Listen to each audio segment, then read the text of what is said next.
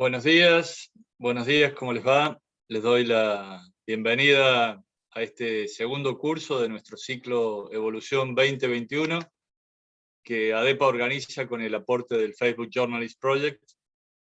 El objetivo, bueno, como lo fue el año pasado, es contribuir a la transformación de periodistas, de medios, y ayudarlos a encarar procesos de innovación que sin duda alguna son vitales para ir adecuando el modelo de negocios de las empresas y el modo en que los periodistas llegan a las audiencias en un contexto tan complejo, tan cambiante. Iniciamos esta edición semanas atrás con un curso y mentorías a cargo de Pepe Cerezo, orientados ambos a transformar los modelos de negocios en el entorno digital.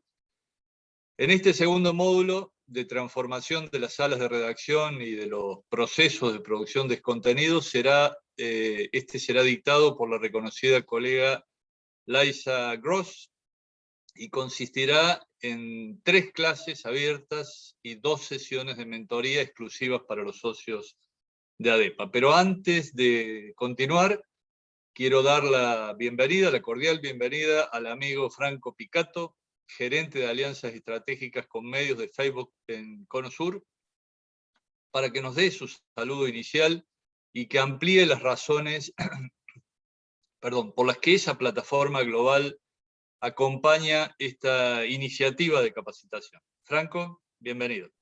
Hola, buen día, ¿cómo va? Gracias, Carlos. Buenos días, muchas gracias. Qué placer volver a encontrarnos. Para quienes no me conocen, soy Franco Picato, gerente de alianzas con medios de Facebook para Cono Sur. El área que represento, que es Facebook Journalism Project, trabaja desde Facebook con medios, con periodistas, con asociaciones de la industria en nuestra región para ayudarlos a cumplir con sus objetivos tanto dentro como fuera de la plataforma.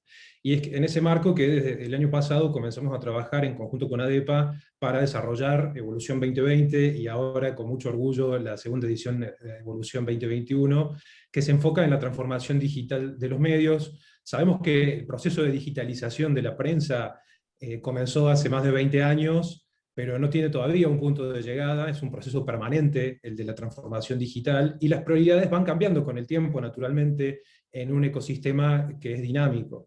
Empezó con la digitalización del papel, para los más nostálgicos, después con los lenguajes periodísticos propios de la web, de los móviles, la interacción con las audiencias, los formatos multimedia.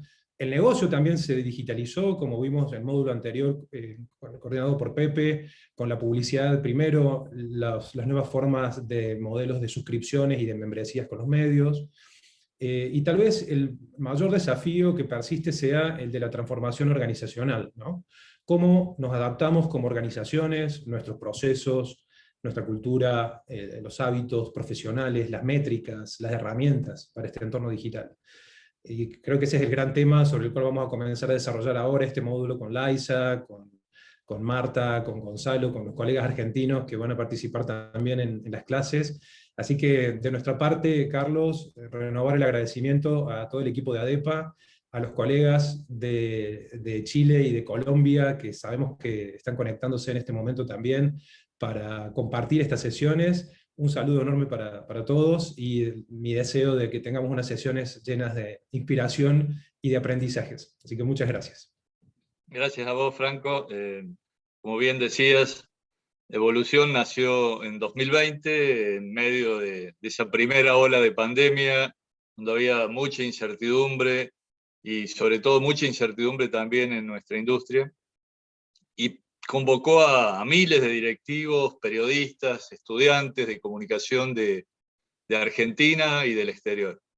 Muchos de los participantes se conectaron desde Chile y Colombia, y ello fue gracias a la tarea de difusión e inscripción que promovieron la chilena Asociación Nacional de la Prensa y la Asociación de Medios Informativos, AMI, de Colombia. En esta ocasión renovamos ese vínculo con organizaciones hermanas. El director ejecutivo de AMI, Werner Sisman, no podrá acompañarnos hoy porque tiene otros compromisos ya asumidos, pero envió sus saludos y sus deseos de éxito. Quien sí nos acompaña, y le damos una cordial bienvenida, es Miguel Zunino, presidente del diario La Tribuna de Los Ángeles, provincia de Biobío, vicepresidente de la ANP y presidente de la Comisión de Diarios Regionales de esa entidad. Miguel, buenos días y muchas gracias por acompañarnos.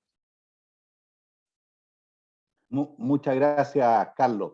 Como director de la Asociación Nacional de la Prensa de Chile y presidente de la Comisión de Regionales y del diario La Tribuna de la provincia del Biobío, agradecemos esta gran oportunidad de capacitarnos y que nos entregan información invaluable para nuestra prensa chilena. Este acuerdo de colaboración que partió el año pasado con el primer programa de Evolución 2020, donde se realizaron 32 charlas enfocadas en la transformación digital, la sustentabilidad del negocio, el desarrollo de la audiencia, producto y contenido digital, tales como monetización, suscripción, desarrollo de audiencia, gestión del cambio cultural, contenidos digitales y agilidad para la innovación. Y agradecemos este acuerdo de colaboración entre las asociaciones, la Asociación Nacional Periodística Argentina, ADEPA, la Asociación Nacional de la Prensa de Chile, la ANP, permitiendo que periodistas y profesionales de la industria de medios chilenos puedan participar en este programa de transformación digital, el cual permite compartir la visión y la experiencia con grandes exponentes a nivel mundial. Agradecemos especialmente a ADEPA por habernos invitado a participar, a su presidente, don Martín Echevers, al presidente de la Comisión de Transformación e Innovación Multimedia, don Carlos Jornet, al gerente de la Alianza Estratégicas, don Franco Picato, al director ejecutivo, don Andrés D'Alessandro, principalmente, y también queremos dar una señal que nuestros países están pasando momentos muy complicados, donde la libertad de la prensa jugará un rol fundamental en el desarrollo de nuestras vidas y de nuestra audiencia. Es por esto que los invito a seguir trabajando unidos en pos de la libertad de expresión. Muchas gracias por hacernos partícipes de este gran evento. Gracias a ti, Miguel. Ahora sí voy a presentar a la coordinadora de este módulo, nuestra querida colega Laisa Gross, periodista, experta en medios, se especializa en el desarrollo y ejecución de estrategias de comunicación innovadoras y de nuevos modelos estructurales para organizaciones informativas. Laisa es de origen argentino, inició su carrera profesional en The Associated Press y cuenta con una dilatada trayectoria. Dirigió Éxito, aquel periódico en español del Chicago Tribune. Fue editora ejecutiva del Nuevo Día en Puerto Rico, editora general de The Miami Herald y directora ejecutiva de International Women's Media Foundation. Actualmente es vicepresidenta y líder de transformación de prácticas de Solution Journalist Network. Hoy Laisa tendrá como invitada a otra querida colega, Marta Ramos, de Organización Editorial Mexicana, quien ya va a presentar la propia Laisa. El miércoles próximo, junto a Gonzalo Del Peón, de American Journalist Project, abordarán experiencias de modelos organizacionales innovadores.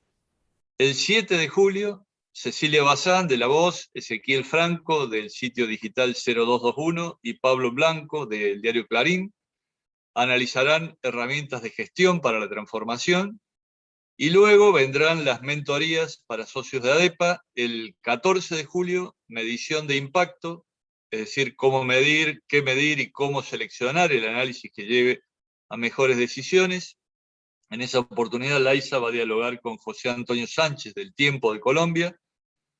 Y el 21 de julio, estrategias de conexión con las audiencias, junto a Nicolás Río, de Documented, de Estados Unidos.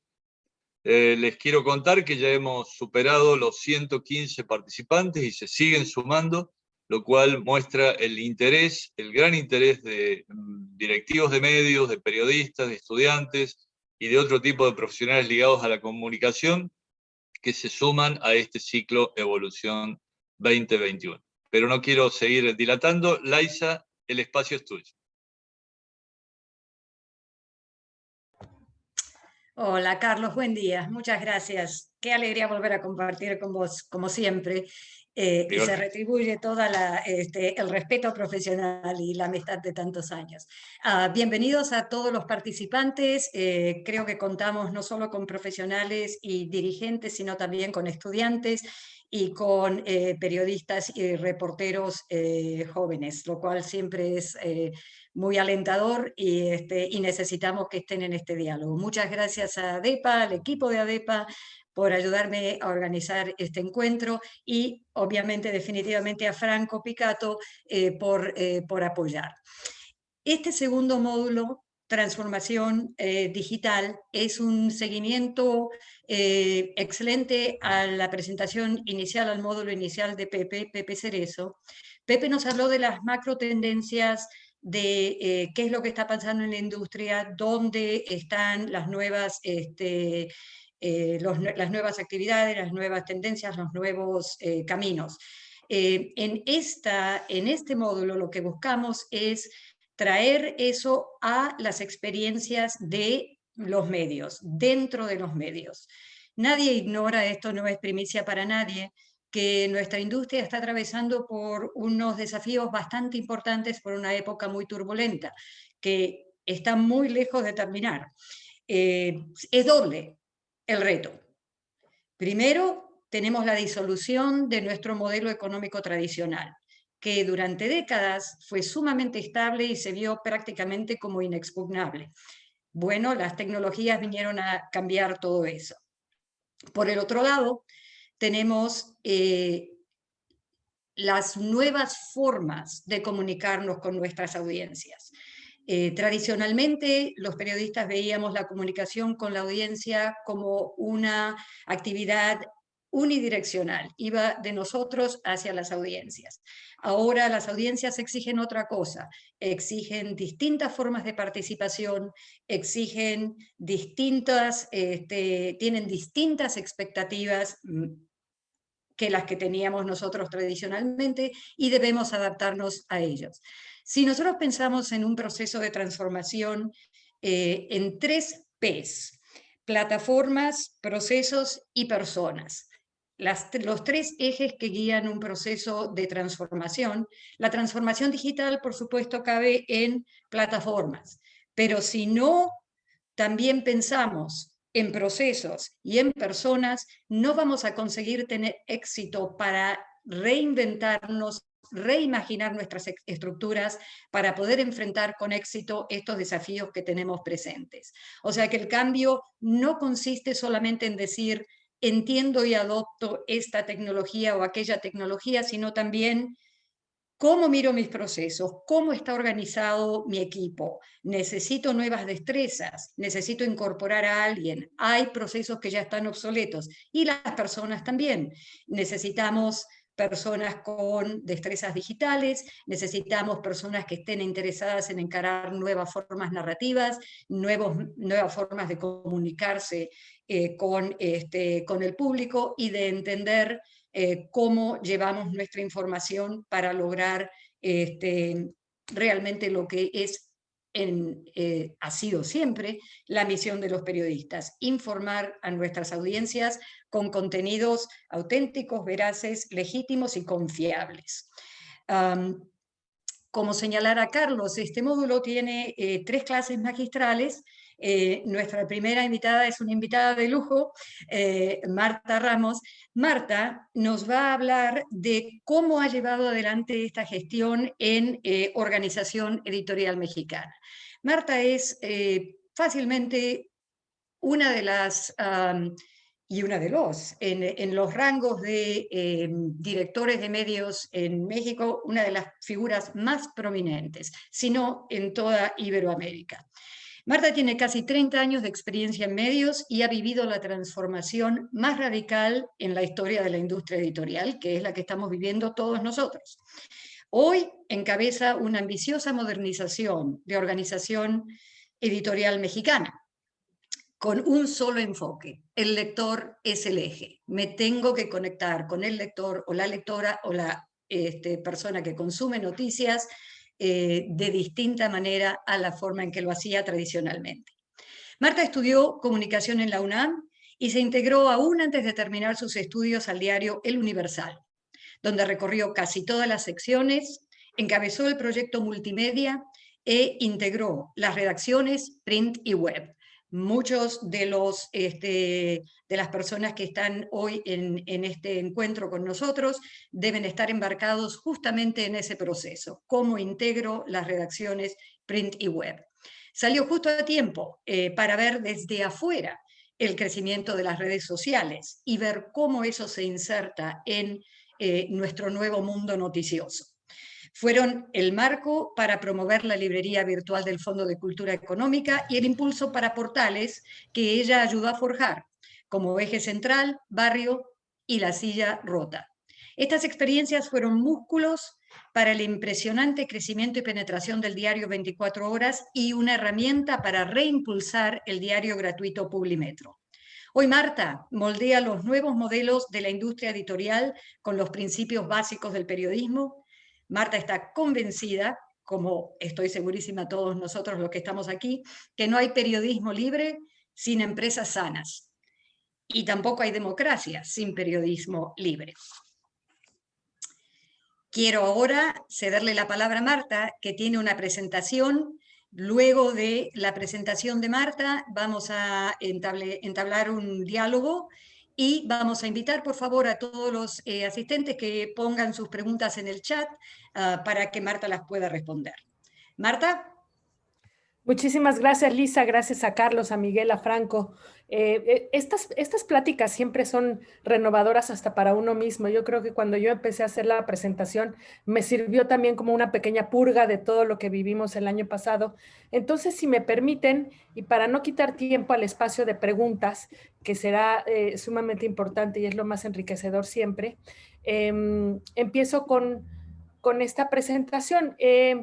Organización Editorial Mexicana es una empresa que tiene 43 portales de noticias, diría yo 45 periódicos, pero en realidad en la pandemia 4 se quedaron ya de manera digital, entonces 40 periódicos, y que como todos han tenido que correr para tratar de alcanzar lo que nosotros suponemos es el futuro.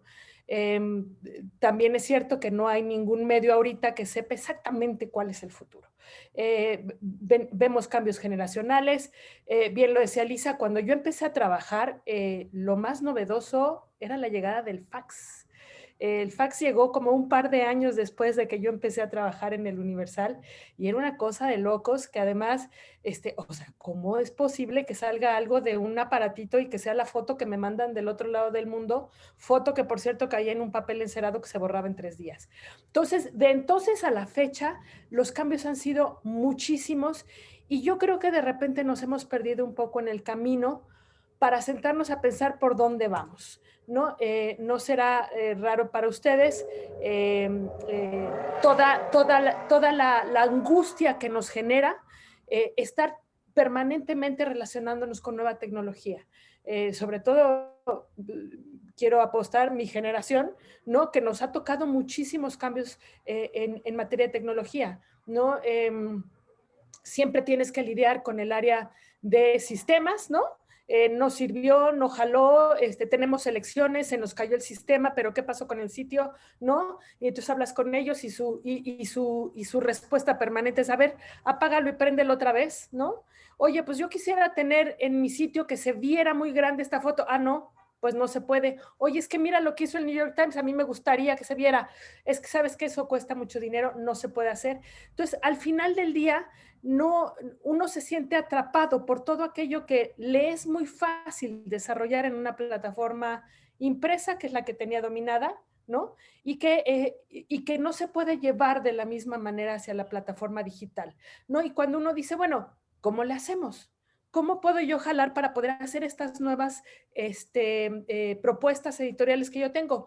Entonces se acercan montones de empresas que por supuesto cada asesoría cuesta una cantidad considerable de ingreso. Después de la pandemia nadie tiene esos ingresos para poder invertir, ¿no? Y nos metimos en una dinámica, no sé si a ustedes les pasó, a mí sí me pasó, de estar en curso tras curso tras curso escuchando cómo se cómo se operaban las suscripciones, cómo lidiábamos con Facebook, qué es lo que estaba pasando con Google, cómo trabajamos con todo lo demás. Y al final del día tenemos un montón de información que no sabemos cómo poner en un solo objetivo a futuro para nuestros propios medios, ¿no? Estoy viendo si aquí está. Entonces, y luego tenemos encima la presión de las estadísticas, ¿no? Tenemos que subir las audiencias. ¿Qué tenemos que subir en las audiencias? Los usuarios únicos, las páginas vistas, reducir el porcentaje de rebote, aumentar el tiempo de estancia, crear lealtad, pero mejor impactar mucho más, pero mejor subir los minutos, ¿no? La complejidad del manejo de SEO, ¿no? ¿Quién es nuestro ad manager? ¿Cómo lidiamos con todos esos anuncios súper invasivos que de repente tenemos en nuestros sitios porque de una u otra manera hay que conseguir dinero, ¿no? Y luego las benditas redes sociales, como les dice el presidente de México, ¿no? TikTok, que es lo más nuevo, y he de confesarles que apenas ayer en la noche tuve una plática con mi gente de web y dos directores del periódico del Sol de México y del periódico Esto, que es un periódico deportivo que cumple 80 años este año, ¿no? Porque estamos trabajando con TikTok y de repente nos pidieron 10 videos diarios y ellos me decían, pero ¿cómo vamos a hacer eso? ¿En qué momento? Entonces fue, a ver, ni siquiera es prioridad TikTok ahorita. Es decir, respiremos y no nos dejemos llevar tampoco porque ni sabemos hacerlo, ni entendemos si le estamos hablando a la nueva generación en el lenguaje que ellos quieren que les hablemos, ¿no? O sea, no tenemos las herramientas, vayámonos un poquito más lento porque vamos a empezar a destinar muchísimo recurso en una herramienta que todavía no sabemos qué beneficio nos pueda traer. Pero lo mismo con los podcasts, ¿no? El afán por hacer podcast que empezó y que tuvo un pico importante durante la pandemia el año pasado, porque era una forma muy amigable de hablar con la gente, pues tampoco ha demostrado tener un modelo de negocio hasta ahorita que pueda generar un ingreso considerable. Sin embargo, sigue siendo, como lo decía bien Liza, una de los canales muy importantes que estamos generando de comunicación con nuestras nuevas audiencias, ¿no? Facebook es otro, para nosotros Facebook es muy importante, es de las redes sociales, es nuestra principal fuente de lectores, ¿no? Google, que está permanentemente cambiando sus algoritmos y sus reglas, y entonces cómo le hago para aparecer en la primera pantalla, pero que no me castigue, pero que no me lleve como spam, ¿no? Twitter, que seguramente en toda América Latina igual, pero en México específicamente se ha vuelto, vaya, no un espacio de discusión, sino un ring de box, ¿no? Y luego tenemos Instagram, que es muy bonito, que nos hace lucir muy bien y que nos cuesta trabajo también cómo jalamos esa audiencia a nuestros sitios. Entonces yo les propongo en esta reunión que hagamos una pequeña pausa, que dejemos toda esta angustia de toda la tecnología y de todas las plataformas en las que podemos salir y retomemos qué estamos haciendo y hacia dónde vamos. Es una pausa que nosotros hicimos también en la OEM en febrero, ¿no? Es decir, cuando nos vino la cruda de la pandemia, y quisimos ver exactamente qué habíamos hecho que había funcionado y qué habíamos hecho que no había funcionado para nada, ¿no? Y entonces, seguramente no es nada que para nosotros sea nuevo, pero yo creo que no está de más platicarlo. Volvimos a sentir de cada uno de nuestros medios. Tenemos medios muy variados, les decía yo, el Esto, que es exclusivamente deportes. Tenemos dos periódicos muy populares, entre ellos La Prensa, que tiene más de 90 años, y tenemos periódicos de información general en ciudades cuya comunidad es totalmente distinta una de la otra, ¿no? Lo cual vuelve muy complicado generalizar medidas a tomar o generalizar proyectos de crecimiento, ¿no? Entonces, nos encontramos con que había directores que querían hacer periodismo de investigación, ¿no? Que querían tener un periodismo de largo alcance. Sin embargo, no coincidía ese objetivo con su proyecto de circulación en calle, por ejemplo, y llegaban a zonas muy populares.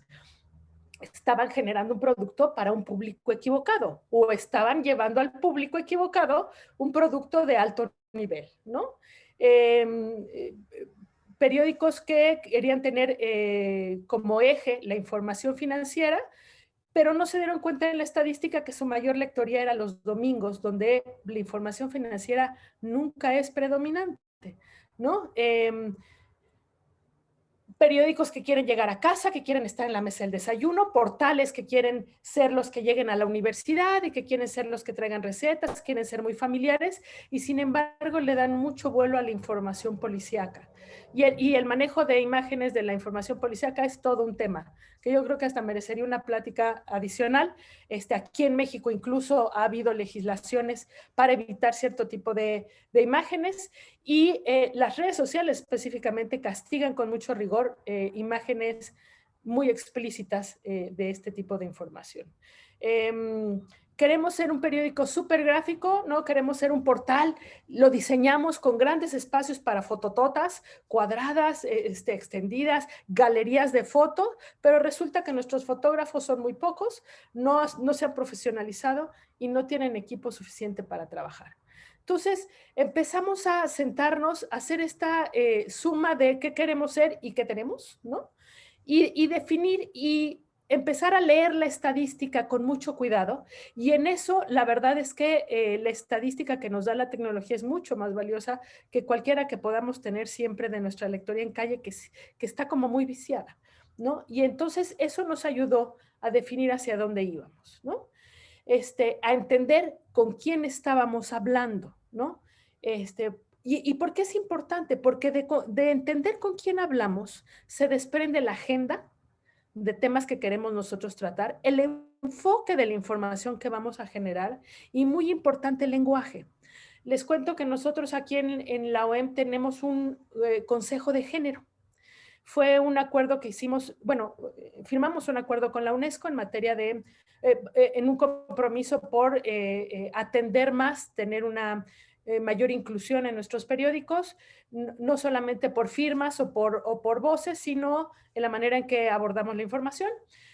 Luego tuvimos, principios del 20, una serie de manifestaciones feministas que se fueron durísimo contra el periódico La Prensa, nos incendiaron un camión afuera y demás. Entonces, justo hicimos una pausa, dijimos, lo que nos falta es sensibilizar hacia adentro.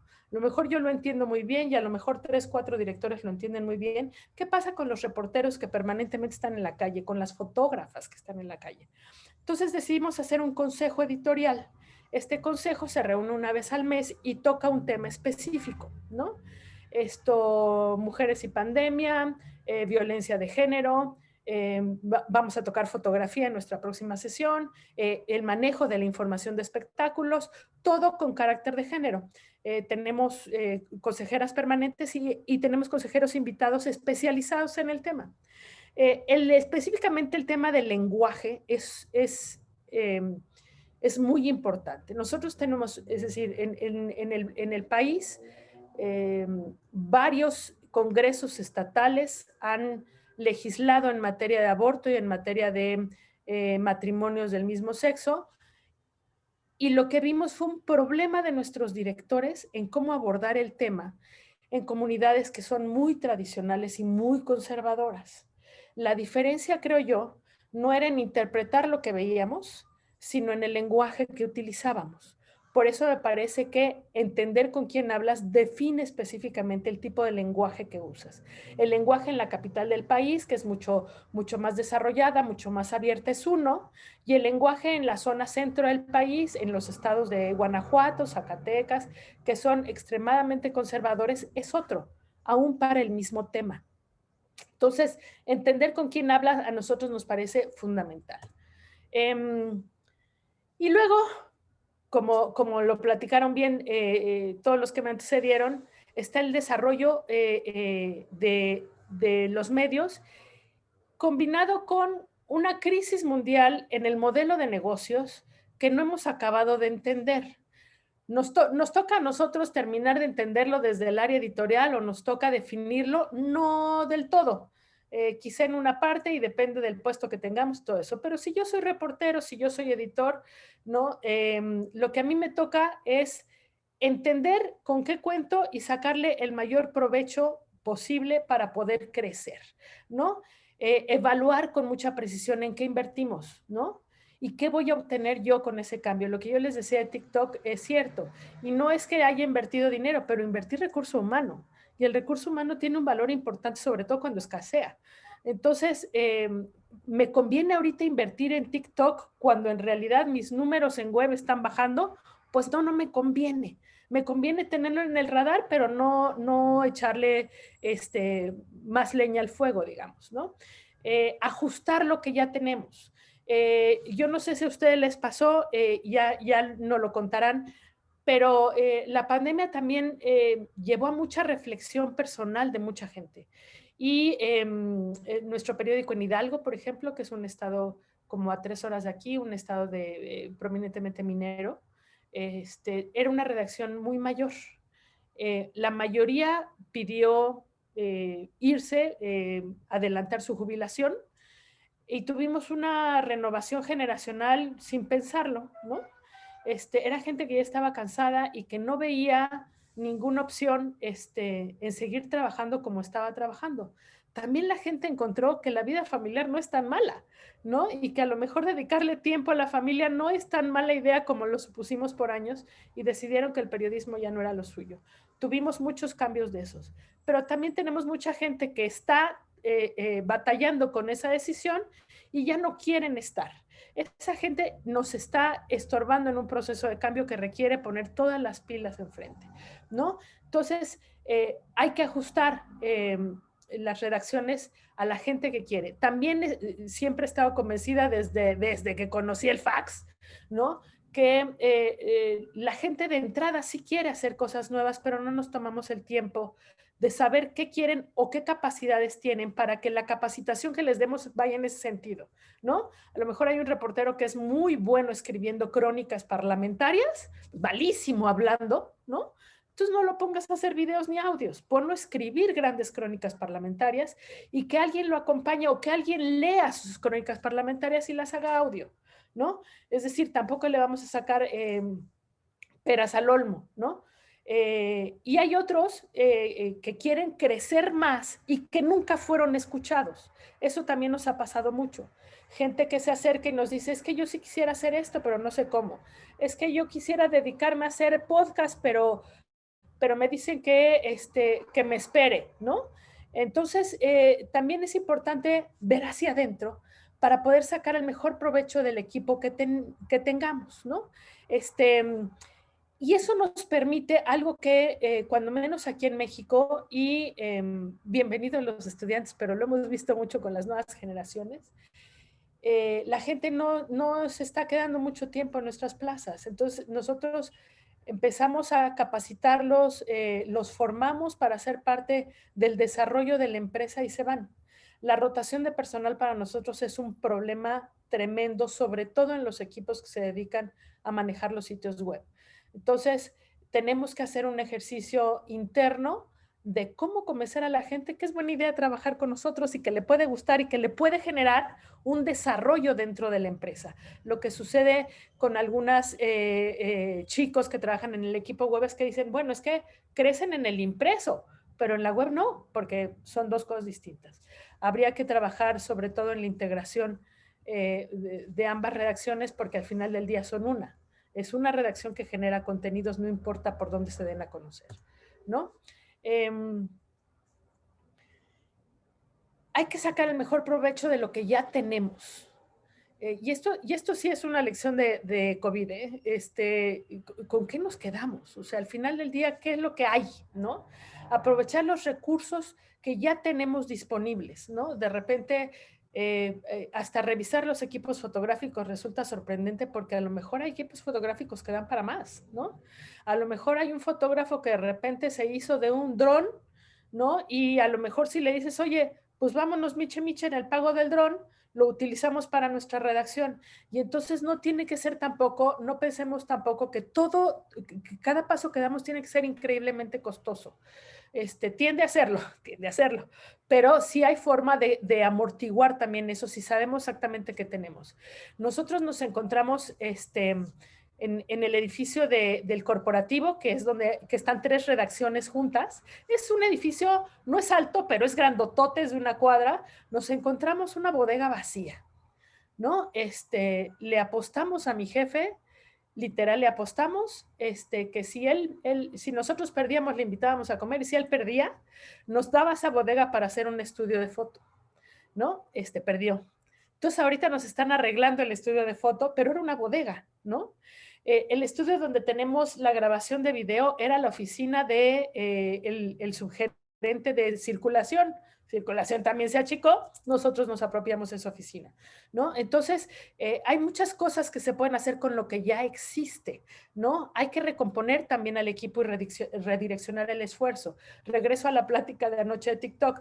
Oigan, no se me pongan nerviosos con TikTok, no es por ahí ahorita. Va a ser por ahí y no lo perdamos, pero ahorita no es lo que más me preocupa. ¿Qué es lo que más me preocupa ahorita, digamos, para el periódico El Esto? ¿Cómo vamos a cubrir las Olimpiadas? ¿No? Va a ser todo un reto y el esfuerzo va hacia allá. Los que están en periódicos y tomando decisiones de cobertura lo han de saber. Es decir, las restricciones para ir a Japón están de locos. Ni siquiera el presidente del Comité Olímpico Mexicano va a poder entrar a la Villa Olímpica con los atletas mexicanos. Nosotros menos. No va a haber turistas mexicanos que siempre tristemente ponen la nota viral, ¿no? Entonces, ¿a qué vamos? Bueno, y si no vamos, ¿qué hacemos? Pues entonces estamos tratando de montar una especie de sala de prensa virtual en la redacción del Esto. Quitamos teles de unas oficinas y las mandamos al Esto para que ellos puedan ver todos los canales disponibles por donde se puedan ver todas las actividades deportivas, que además pues nos va a jugar en contra el horario, ¿no? Entonces, para nosotros no valió el gasto llegar 15 días antes a un hotel asignado mucho más caro del que teníamos nosotros programado, para no poder sacar una historia propia nunca. Entonces estamos en un ejercicio del teléfono de la amiga, del sobrino, del atleta, para que nos conteste el teléfono en el momento que participe en alguna de las disciplinas deportivas, ¿no? Ese es un esfuerzo en el que tenemos que poner ahorita toda nuestra cabeza y redireccionar todo nuestro recurso humano, ¿no? Entonces, en ese momento, pues también cambias todo. Y entonces de reporteros que normalmente están en calle los vas a dedicar a reportear por televisión. Es decir, recomponer el equipo y redireccionar el esfuerzo. Puede ser para una decisión permanente, puede ser para una decisión de un momento, como resultan las Olimpiadas. Pero fundamentalmente lo que yo he visto es que en el recomponer el equipo viene la gran posibilidad de unir las redacciones. Todos los equipos de web, de impreso, de podcast, de video, todos quizá no trabajar juntos físicamente, pero sí coincidir en juntas o en reuniones donde hay tomas de decisiones, para que todos seamos el mismo equipo que va con la misma línea editorial y en la misma dirección. No tratar de hacer más de lo que podemos hacer, ¿no? A nosotros nos pasó, era como la fórmula: abres un portal, pues abres tu Twitter, ya abres tu Facebook, ya abres tu YouTube, ya abres tu Instagram, y manejas todo. Y nunca nos pusimos a ver que no había manos suficientes para manejar todo eso. Entonces, se empiezan a generar muchos productos a medias que ni generan lectoría ni generan el reconocimiento de los lectores, porque no alcanzan a tener la penetración que nosotros quisiéramos, porque no tenemos cómo hacerlo. Entonces, siempre es mejor hacerse lo más chiquito posible para fortalecer cada uno de los productos que sí podamos desarrollar muy bien. Aquí hay un ejemplo de un newsletter que se llama Te lo cuento con K. Lo desarrolla un grupo de reporteras. Tienen sitio, pero su principal eje es el newsletter. Te da la información del día bastante bien platicadita. Ellas tienen un ejercicio de edición y de evaluación de la información para que a ti te la den toda digerida, y está creciendo muchísimo ese newsletter. Y nunca pretendieron ser más que eso. Entendieron que lo que podían hacer en ese momento era fortalecer el newsletter y, para efectos del newsletter, tener el apoyo de un sitio, ¿no? Y ya, poco a poco están metiendo podcast, poco a poco van a meter video, ¿no? Pero van creciendo conforme tienen los recursos y no antes. Es decir, no les gana la prisa, ¿no? Luego entonces hay que ser más fríos en la toma de decisiones, mucho más fríos en la toma de decisiones, menos intuición, más análisis. Los periodistas tendemos mucho a creer que con todo lo que sabemos nuestras decisiones por intuición son las correctas y la verdad es que no es cierto, ¿no? Sobre todo cuando hablamos de a quién le estamos dirigiendo. Siempre nos gana lo que nosotros quisiéramos leer con nuestra histeria de estar viendo noticias 24/7, ¿no? Y entonces decimos, no, esta nota ya la trajo este periódico, tú ya no la puedes llevar. ¿Por qué no? Si mis lectores son otros, ¿no? Es que eso ya salió desde la mañana, ¿no? Ya es mediodía, ya tenemos que tener otra cosa. Eso dices tú que entras al portal cada 5 minutos, pero la gente no está entrando al portal tan seguido, ¿no? A ver, demuéstramelo. Ah, bueno, la intuición no se puede demostrar. El movimiento en el portal sí. Hay la estadística y además es de acceso gratuito. Entonces, hay una de acceso de compra que es muy interesante, que funciona muy bien, pero creo que Analytics de Google, cada vez que ve que hay una empresa que le puede hacer cosquillas, actualiza y mete algunas de estas herramientas, ¿no? Entonces, los lectores difícilmente comparten nuestros mismos gustos, ¿no? Difícilmente comparten nuestra histeria política y nuestra histeria por saberlo y entenderlo todo y buscar teorías de la conspiración donde no las hay. Nosotros tenemos, obviamente como todo el mundo, una evaluación diaria de las notas más leídas y una evaluación semanal de las notas más leídas. Acabamos de pasar por un proceso electoral que fue verdaderamente largo y tortuoso. Nunca, durante ese proceso electoral, nunca más que el día de la votación, las notas de las elecciones estuvieron entre las 10 más leídas, nunca, ¿no? Y el día de la elección hubo 2 notas entre las 10 más leídas. Una, ubica dónde está tu casilla de votación, ¿no? Y otra, aquí puedes ir leyendo los datos del PREP, que es el programa de conteo de votos, que es absolutamente público. Nada más. Todos los demás análisis, entrevistas que llevamos, la locura de los candidatos, por es que yo te pago y mete mi encuesta porque yo sí voy a ganar, te lo juro. Nadie lo lee. No está en el interés de la gente.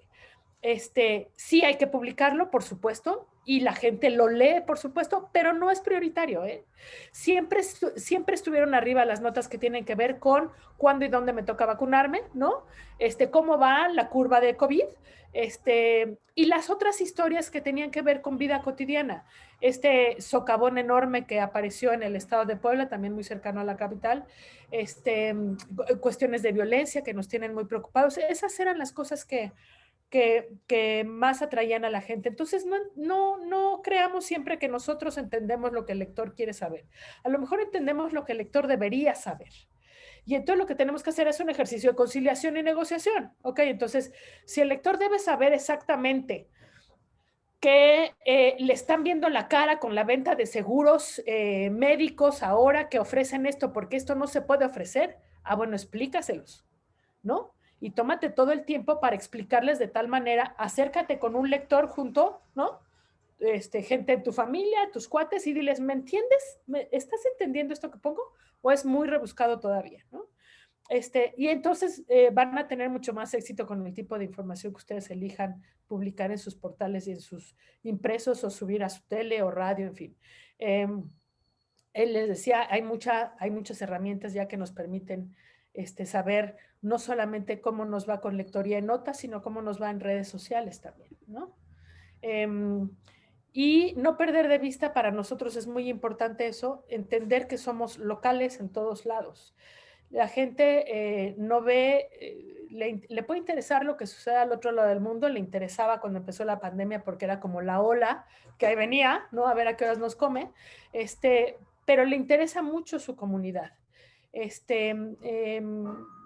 Entonces, tener muy claro qué es lo que sucede en tu propia comunidad, ¿no? La cobertura local, normalmente se le deja la cobertura local a los reporteros más nuevos, y yo podría jurar por experiencia que los reporteros nuevos que hacen gran cobertura local tienden a ser grandes reporteros a lo largo de su carrera, ¿no? La cobertura local es muy importante porque lidias no con políticos que te mienten o que te quedan bien o que dicen que son tus amigos, lidias con la gente que padece, que padece una mala administración de gobierno, que padece problemas familiares, que padece problemas económicos, y eso no es tan fácil de lidiar. Hay que tomarlo con toda la prudencia y con todo el respeto, y eso hay que enseñarlo también, ¿no? Y no es lo mismo cuando yo empecé a hacer cobertura local, que prácticamente no había mayores reglas, que ahora que cada vez hay más legislaciones sobre la protección de datos de las víctimas, sobre el manejo en cuestiones de género,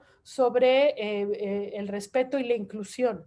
Entonces, la cobertura local tiene que tener como eje, ¿no?, el respeto al lector, ¿no? Y luego tener una revisión muy clara de cómo tenemos distribuidas nuestras fuentes, porque eso define también qué tipo de periódico queremos hacer, ¿no? La identidad con la comunidad, qué tipo de contenido tenemos enfocado hacia la comunidad. Encontramos nosotros, y ese es un reportaje que estamos trabajando, que en una zona donde hay mucha violencia y mucha disparidad, es decir, una colonia de gente muy pobre con una colonia de gente muy rica, casi en frontera, ¿no? Se unieron y están haciendo un ejercicio para bajar la delincuencia ante la ausencia de la autoridad, ¿no? Se unieron ricos y pobres, parece como novela de Robin Hood, pero así fue. Esa nos parece una gran historia. Entonces, ¿qué tipo de contenido tenemos enfocado a la comunidad? Hablemos de la comunidad, no le hablemos a la comunidad, porque lo que les vamos a decir seguramente ya se los dijo alguien más también, ¿no? Periodismo colaborativo y de soluciones, es como el lado amable del periodismo, ¿no? Es salir de toda la mala noticia y hablar de otras cosas y de otra gente que está haciendo cosas distintas. Y no tiene que ser una agenda permanente donde busquemos buenas noticias en todos lados, la abuelita que logró pagarle a la nieta la escuela, porque no son buenas noticias, son noticias lloradoras que nos pegan como las películas rosas y se nos olvidan en 15 días, ¿no? Las buenas noticias es que ya hubo vacuna. El enfoque positivo es las empresas que lograron sobrevivir a la crisis de COVID, ¿no? Hicimos nosotros un serial justamente con fondo Google que le pusimos Juntos Crecemos, y estaba dedicado a narrar historias locales de comercios chiquitos o medianos que se reinventaron durante la pandemia y lograron salir, que era un hotel, que el hotel tuvo que cerrar y entonces puso a todos los trabajadores y les dijeron, ¿qué hacemos bien? Y dijeron, los tamales nos salen a todo dar, vendemos tamales, ¿no? Un antro, este hotel fue aquí en la Ciudad de México, un antro en la frontera en Ciudad Juárez, que pues casi siempre llegaban gringos al antro, se cerró la frontera, no tenían clientes, se volvieron restaurante de día y entregaban comida a domicilio. Un cabaret que hace stand-up, ¿no? Y pues el cabaret cerró, y entonces empezaron a dar servicio a domicilio para ciertas cosas. Eventos que se empezaron a hacer en línea, como pláticas. Empezamos a hablar con toda esta gente que empezó a reinventarse y le servimos incluso como promoción. Entonces, parte del objetivo de esas historias es que al final se pusieran datos de contacto, dónde están, qué reciben, su número de WhatsApp, en fin, todos estos datos que les podían servir a ellos para ir creciendo. Este tipo de periodismo colaborativo y de soluciones nos acerca muchísimo a la comunidad, ¿no? Y nos refleja mucho la fuerza de la comunidad en la que estamos. Ustedes habrán oído tristemente una suerte de ataque o de balacera que hubo en Reynosa, Tamaulipas, el fin de semana, donde un tipo disparó sin ton ni son y hubo cerca de 16, 17 muertos. Tamaulipas es una zona que siempre ha estado controlada por el crimen organizado en México, pero Reynosa no había tenido estos eventos desde hace muchos años. Y yo he estado oyendo a la alcaldesa, que aparte es mujer, hablar en medios, y ella no habla de violencia, no habla del evento, necesitamos que nos vengan a hacer otra estrategia para garantizarnos la seguridad, y habla de las ventajas de su ciudad. Somos una comunidad pacífica, somos una comunidad trabajadora, somos una comunidad que ve para adelante, que acepta migrantes, que trabajamos juntos, en fin. Entonces, ella no se salió de este enfoque. Permítanme que el tráfico está horrendo por acá y voy a cerrar mi ventana. Denme 2 segundos.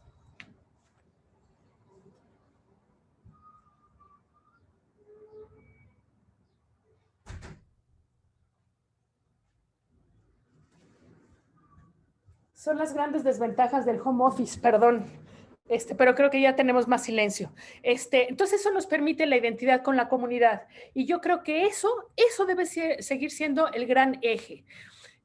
Y no perder de vista que aun cuando somos digitales, debemos tener una interacción real. Les pongo aquí 3 ejemplos que nosotros hicimos. Dilo sin miedo. Es una transmisión 3 veces por semana que hace el periódico de Torreón, con denuncias ciudadanas. Para arrancar esta transmisión se habló con el ayuntamiento, se habló con el gobierno del estado, qué posibilidades tienen ustedes de recibir estas denuncias y darles un cauce, porque tampoco se trata de quejarse por quejarse y no dar solución. Y tiene un público más o menos bueno, lo hacen a través de Facebook. Narrar historias muy cercanas a la gente. Chimpancé que ustedes ven aquí se llama Chucho Chucho y fue actor de películas en los 70s. Ahora el chimpancé está abandonado en un zoológico de Cuernavaca. Lo que ustedes ven del lado derecho de su pantalla fue una carrera virtual que nos aventamos el año pasado. Con una empresa que hace carreras virtuales. Obviamente no tienen el rigor ni te sirve para nada, pero es muy divertido. Tú te inscribes, te hacen llegar tu kit con tu playera, con tu medalla de participación, ¿no? Y luego tú de alguna manera corres ese día y marcas tu tiempo, sea que corras en la calle, en una caminadora, las escaleras de tu edificio, donde quieras, y lo registras. La verdad es que no tiene otro objetivo que convivir. Y nos salió bastante divertido el asunto con un buen aforo de gente. Esperamos repetirlo este año. ¿Qué es lo que queremos? Y creo que me pasé. ¿Qué es lo que queremos lograr? Esta belleza que yo me encontré del Sol de Tlaxcala, ¿no? Este es un tuit que salió de un lector del Sol de Tlaxcala, ¿no? Ojalá fueras accidente, yo reportero del Sol de Tlaxcala, para llegar bien rápido y antes que nadie a tu corazón. Esto es lo que queremos lograr. A nosotros esto nos ha hecho el día, lo guardamos, lo atesoramos, ustedes ven desde el 18, ¿no? Porque es en realidad lo que queremos lograr, la identidad. Esto habla de la marca y de que tenemos claro para qué servimos, ¿no? Somos un periódico de servicio de la comunidad, no pretende ser otra cosa. El Sol de Tlaxcala no pretende ser el gran periodismo de investigación, pretende ser cercano a la comunidad y es líder de plaza absoluto, ¿no? Entonces, se los quería mostrar porque a mí siempre me pone de muy buen humor. Y luego, finalmente, las lecciones que nos dejó el año pasado. De nuevo, somos una empresa de 43 portales, 45 periódicos entonces, cerca de 2,000 empleados que de un día para otro había que regresar a casa. La habilidad organizacional se puso a prueba y se estiró hasta donde se pudo.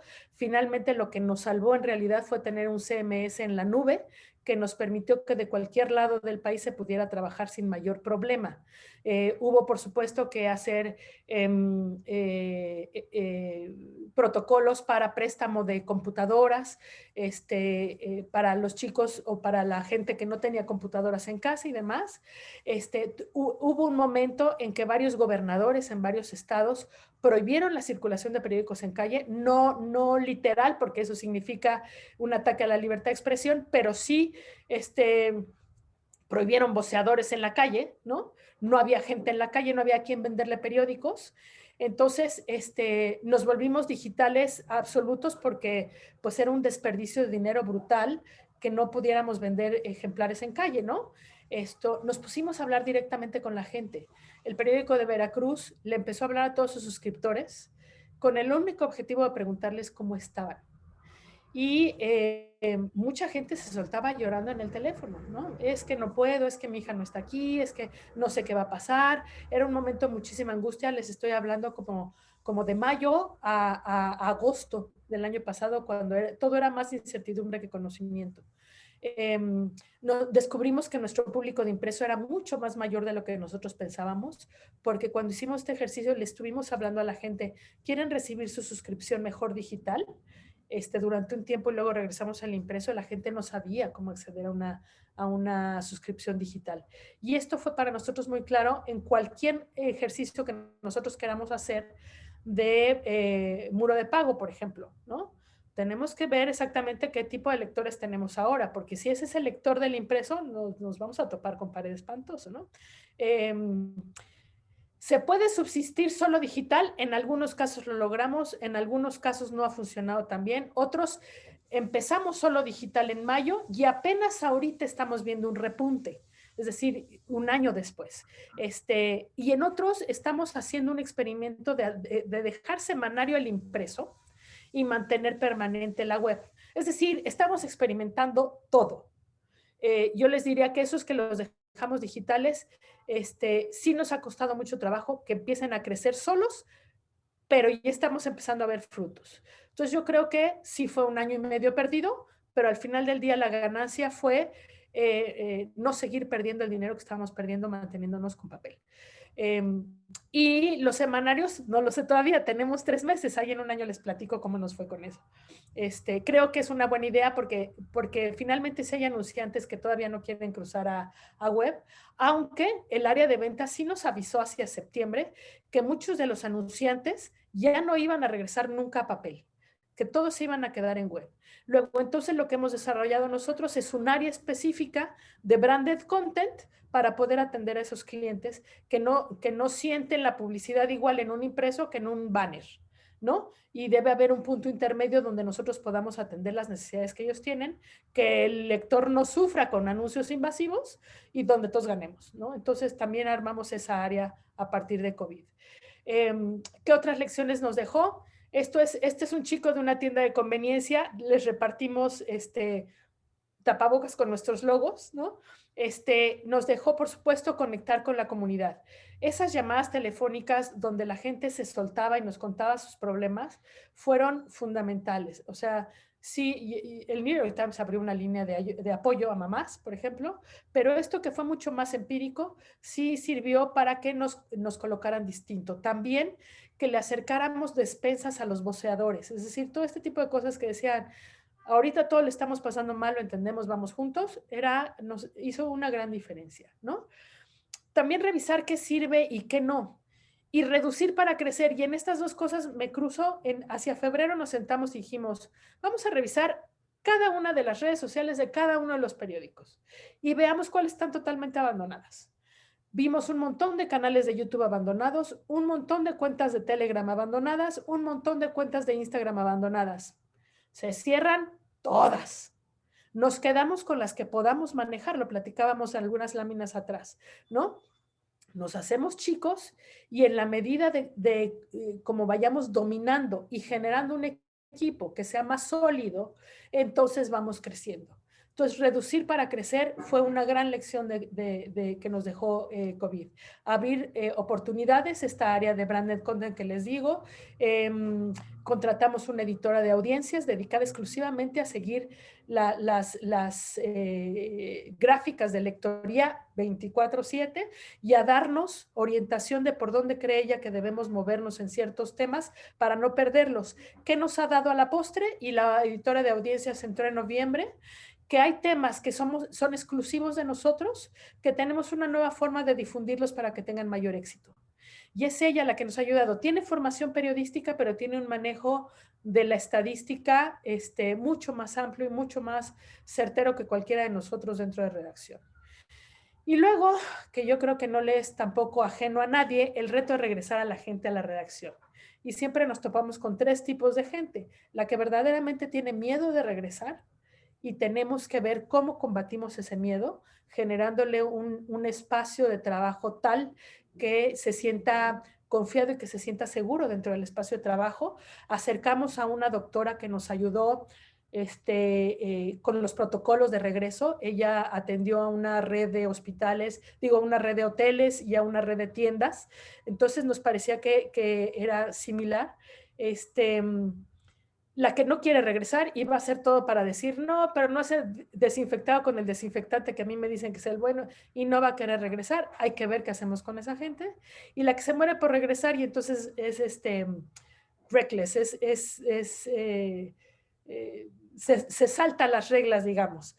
Entonces hay que tener cuidado cómo trabajamos. Para nosotros la gran oportunidad fue el día de las elecciones, que siempre estar en una redacción el día de las votaciones es una cosa extraordinaria. Pusimos la comida, pusimos la cena y todos vienen de regreso. Y de ahí empezamos a modificar. No todos van a regresar y no todos van a estar los 7 días de la semana. Ya no, ¿no? Pero las juntas, sobre todo las juntas de planeación, tratamos de que la mayoría sea presencial. ¿Por qué? Porque son las juntas donde hay plática, donde se pasan los chismitos, donde salen las mejores ideas y donde la creatividad aflora, que yo creo que es lo que perdimos trabajando todos desde casa, y hace la diferencia en los productos editoriales que al final del día podemos generar, ¿no? Y ahora sí, ya que sabemos más o menos a quién le escribimos, luego entonces qué producto debemos elaborar, sabemos con quién contamos, quién se quedó y a quién debemos contratar, y sabemos qué quisiéramos ver en nuestras pantallas, en nuestras plataformas, entonces, por favor, y desde un principio y para siempre, hagamos periodismo. No olvidemos que lo que nosotros hacemos es periodismo. Sí es TikTok y sí es Instagram Stories y sí es video en YouTube y sí es, pero es periodismo. Las grandes crónicas, se han perdido grandes cronistas. Los reportajes de largo aliento, lo decían en un principio, los retos que está pasando Latinoamérica toda, de credibilidad de medios y de gobiernos para los que somos requete incómodos, diríamos en México, ¿no? Esto no se combate peleándonos unos contra otros, ¿eh? Se combate con información de profundidad y creíble y verificada y bien armada y blindada. Es decir, ese es un término que yo uso mucho en las redacciones. La información que ustedes generaron, ¿viene blindada? Es decir, establecimos en el texto que buscamos a fulanito y no nos quiso contestar. Establecimos en el texto que esta información la sacamos de aquí. Establecimos en el texto que este dato es de hace 2 años. Porque no ganamos nada escondiendo la información al lector. Nada. Perdemos muchísimo, ¿eh? Pero no ganamos nada. Entonces, crónicas, reportajes, grandes fotografías que narran en sí misma una historia, entrevistas de fondo, ya no nos tomamos el tiempo de acercarnos con grandes personajes a saber qué les duele. Nosotros tenemos un político aquí de larga trayectoria, Porfirio Muñoz Ledo, extraordinario parlamentario, regaña a todo el mundo, todavía acaba hace 2 meses de ponerle una regañiza al presidente, y hicimos una gran entrevista con él de fondo, ¿no? Y él nos dijo, no, bueno, yo conocí al hijo de Cuauhtémoc Cárdenas en el kinder, porque coincidíamos en el kinder. Ese dato del kinder fue lo que nos trepó la lectoría de la entrevista a los cielos, porque tuvimos una entrevista de 2 horas y media con él, ¿no? La redacción, el amor por el español, ¿no? Es una cosa espantosa lo que se está haciendo en redes sociales con el español. Obviamente la verificación de datos, que ya lo habíamos dicho, la capacitación dirigida. Yo no le voy a enseñar, a todos les voy a enseñar redacción, ¿eh? Eso sí, redacción a todos, pero yo no le voy a enseñar TikTok al que me hace grandes crónicas parlamentarias. Entonces la capacitación tiene que ir dirigida para que me dé los resultados que yo quiero obtener, ¿no? Y la formación de cuadros. Y esta formación de cuadros en estos tiempos sí requiere también cierta seguridad laboral para que la gente decida quedarse, ¿no? Y de ahí, pues entonces era mucho más fácil tener una diversidad de productos y regresar quizá a tener un espacio infantil y tener un espacio cultural bastante fuerte y sólido y que le abra el campo a lectores, pero a artistas, pero a músicos, en fin, todo esto que nosotros queramos hacer. Con un equipo, digo yo, competitivo, y me gustaría empezar por los editores. Tenemos que tener editores muy poderosos, capaces de tomar decisiones de último momento, pero que sean editores quisquillosos, puntuales, con experiencia. No dejemos que porque es video el editor no debe tener experiencia periodística, debe tenerla y mucho, porque la imagen impacta mucho más que la letra, ¿no? Los editores deben ser verdaderamente gente muy bien formada, muy cuidada, y los debemos cuidar verdaderamente muy bien. Los editores, creo yo, que ahorita, con toda la diversidad de plataformas que tenemos, forman una parte fundamental dentro de la redacción. Plumas destacadas, siempre de acuerdo a nuestro perfil. No vamos a traer un gran filósofo a que nos hable sobre la ética en un periódico popular que más bien quiere saber, quizá le podemos hablar de filosofía, pero desde otra voz, ¿no? Tener recursos gráficos disruptivos, me parece a mí, y ahí sí vale la pena traer dibujantes, diseñadores, infografistas, retratistas. Muchos periódicos usamos retrato, cuando ya estamos hartos de las fotos de archivo, y eso es algo que pasó mucho también en pandemia. Nos llenamos de fotos de archivo porque nuestros fotoreporteros no podrían salir a la calle, o no había nadie en la calle, ¿no? Animadores, ¿no? Hay cosas que se explican mejor en animación de las que se pueden explicar, o que serían muy, muy duras explicarlas con fotos, y que es mucho mejor explicarlas en animación. Por ejemplo, el acoso, ¿no? El acoso es mucho más fácil, mucho más digerible para posibles víctimas de acoso entenderlo en una animación que entenderlo con la crudeza de una imagen, ¿no? Y finalmente definir qué nuevas plazas necesitamos en nuestro equipo para todo este proyecto que queremos ver, ¿no? Les digo, nosotros subimos un editor de audiencia, analistas de datos seguramente, verificadores, hay redacciones que tienen un equipo fuerte de verificadores de información, hay periódicos que se unen para formar un solo, es decir, diferentes casas editoras que se unen para formar un solo grupo de verificadores y que sirva a todos, todo tendiente, por supuesto, a acabar con las noticias falsas que corren por todos lados. Una que nos pegó muchísimo, no sé si en toda América Latina fue igual, pero aquí en México corrió muchísimo la versión de que te podías infectar de COVID con el papel periódico. Ay, nos pegó espantoso. Y aunque la OMS sacó después un comunicado diciendo que eso era imposible, ¿no? Por supuesto que ese comunicado no corrió tanto como la noticia de que sí era posible contagiarte. Y nos pegó mucho en circulación. Entonces, la verificación es muy importante también. De nuevo, nada que no sepamos, es decir, nada que no hayamos visto, pero que de repente hemos sentido nosotros dentro de la OEM que las prisas y que todo lo demás que hay que resolver en el día a día nos pierde un poco de estos objetivos directos. Lisa, hasta ahí mi presentación y pues platiquemos. Estimada Marta, como siempre, tus presentaciones dan pie a otras 900 o miles de conversaciones más, porque abres un montón de puertas con tus observaciones. Voy a dar prioridad porque el chat está en efervescencia, así que voy a dar prioridad a nuestros colegas del público para ahondar un poquitito más en algunos de los temas que tocaste.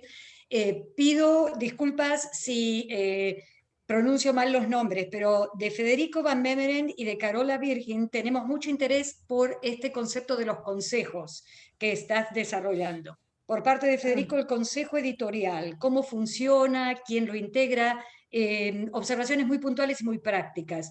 Y Carola quiere saber si hay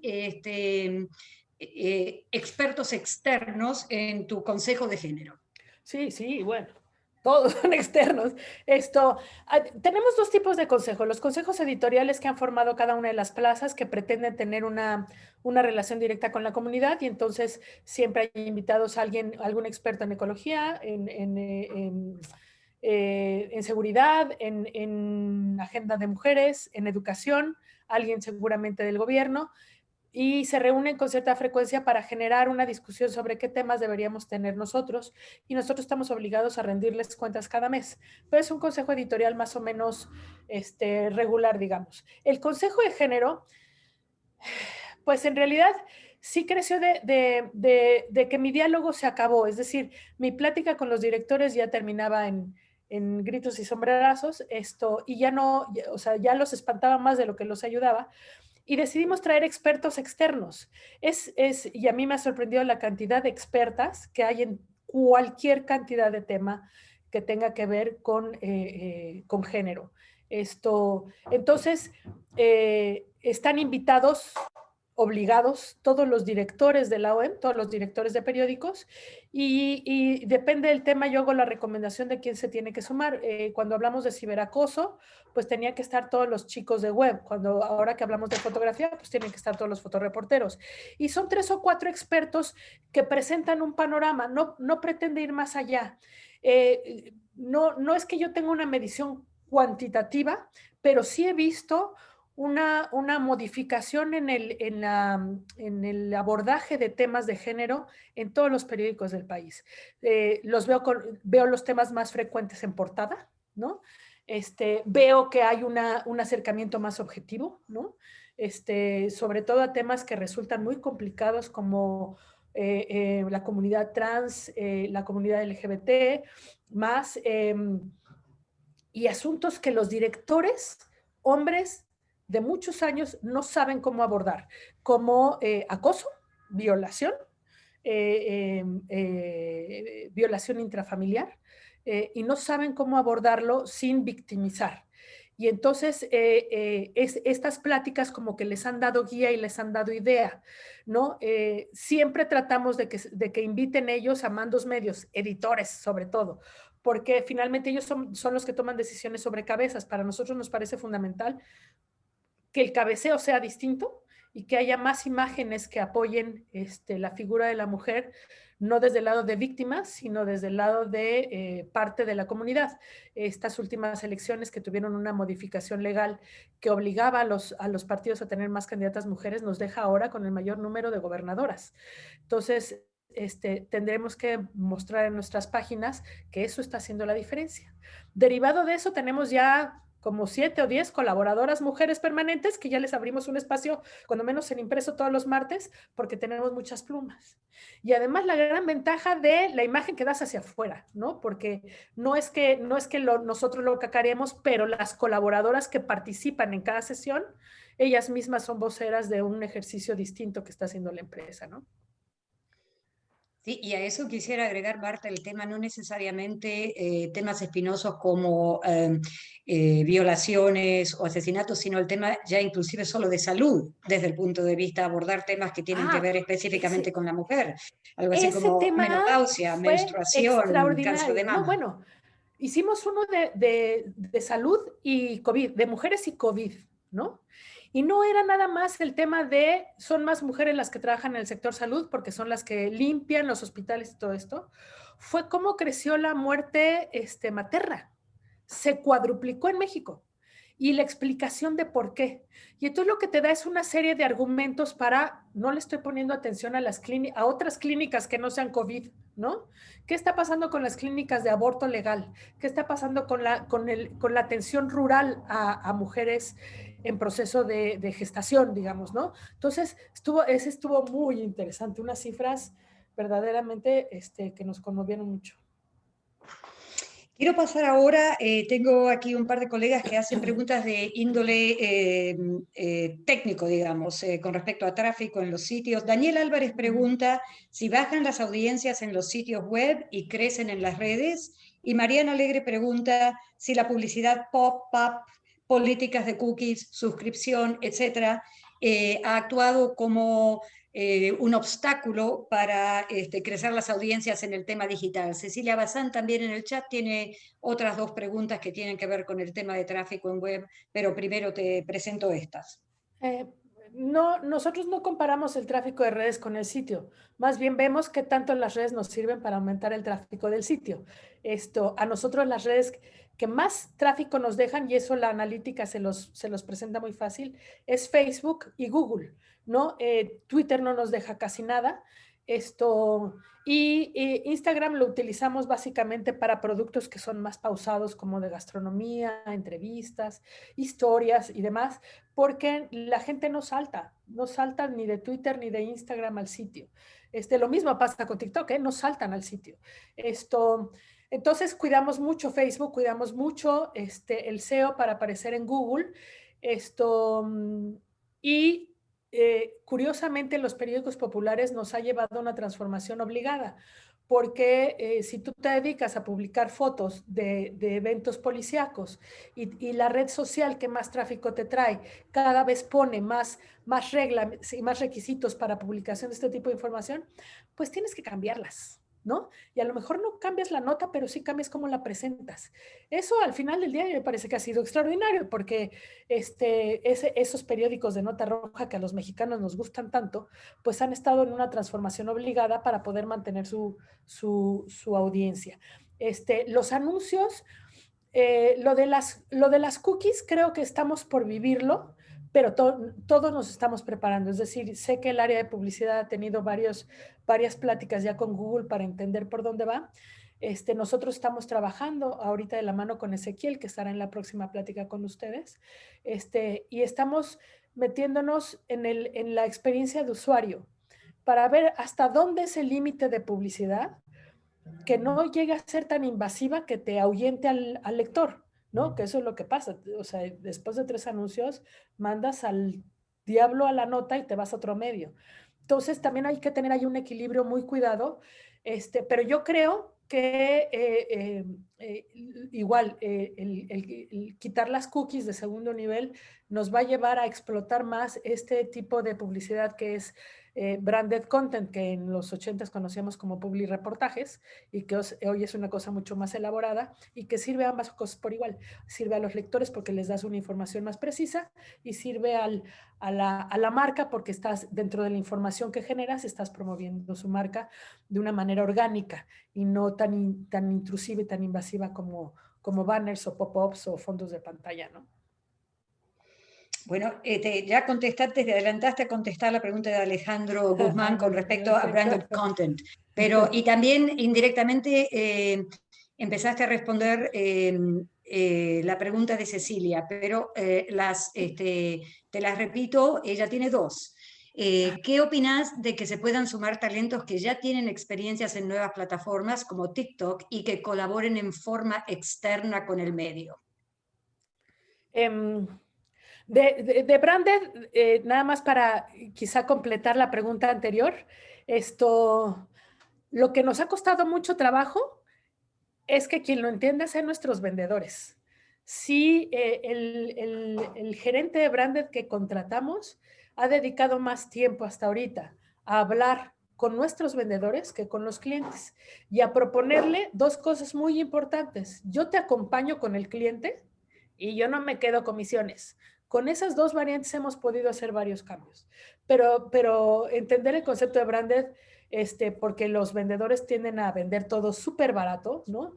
Y meter concepto de cuántas horas hombres tomó hacer un reportaje, un video y todo esto, los conflictúa mucho. Yo creo que en el branded el gran problema sigue siendo interno.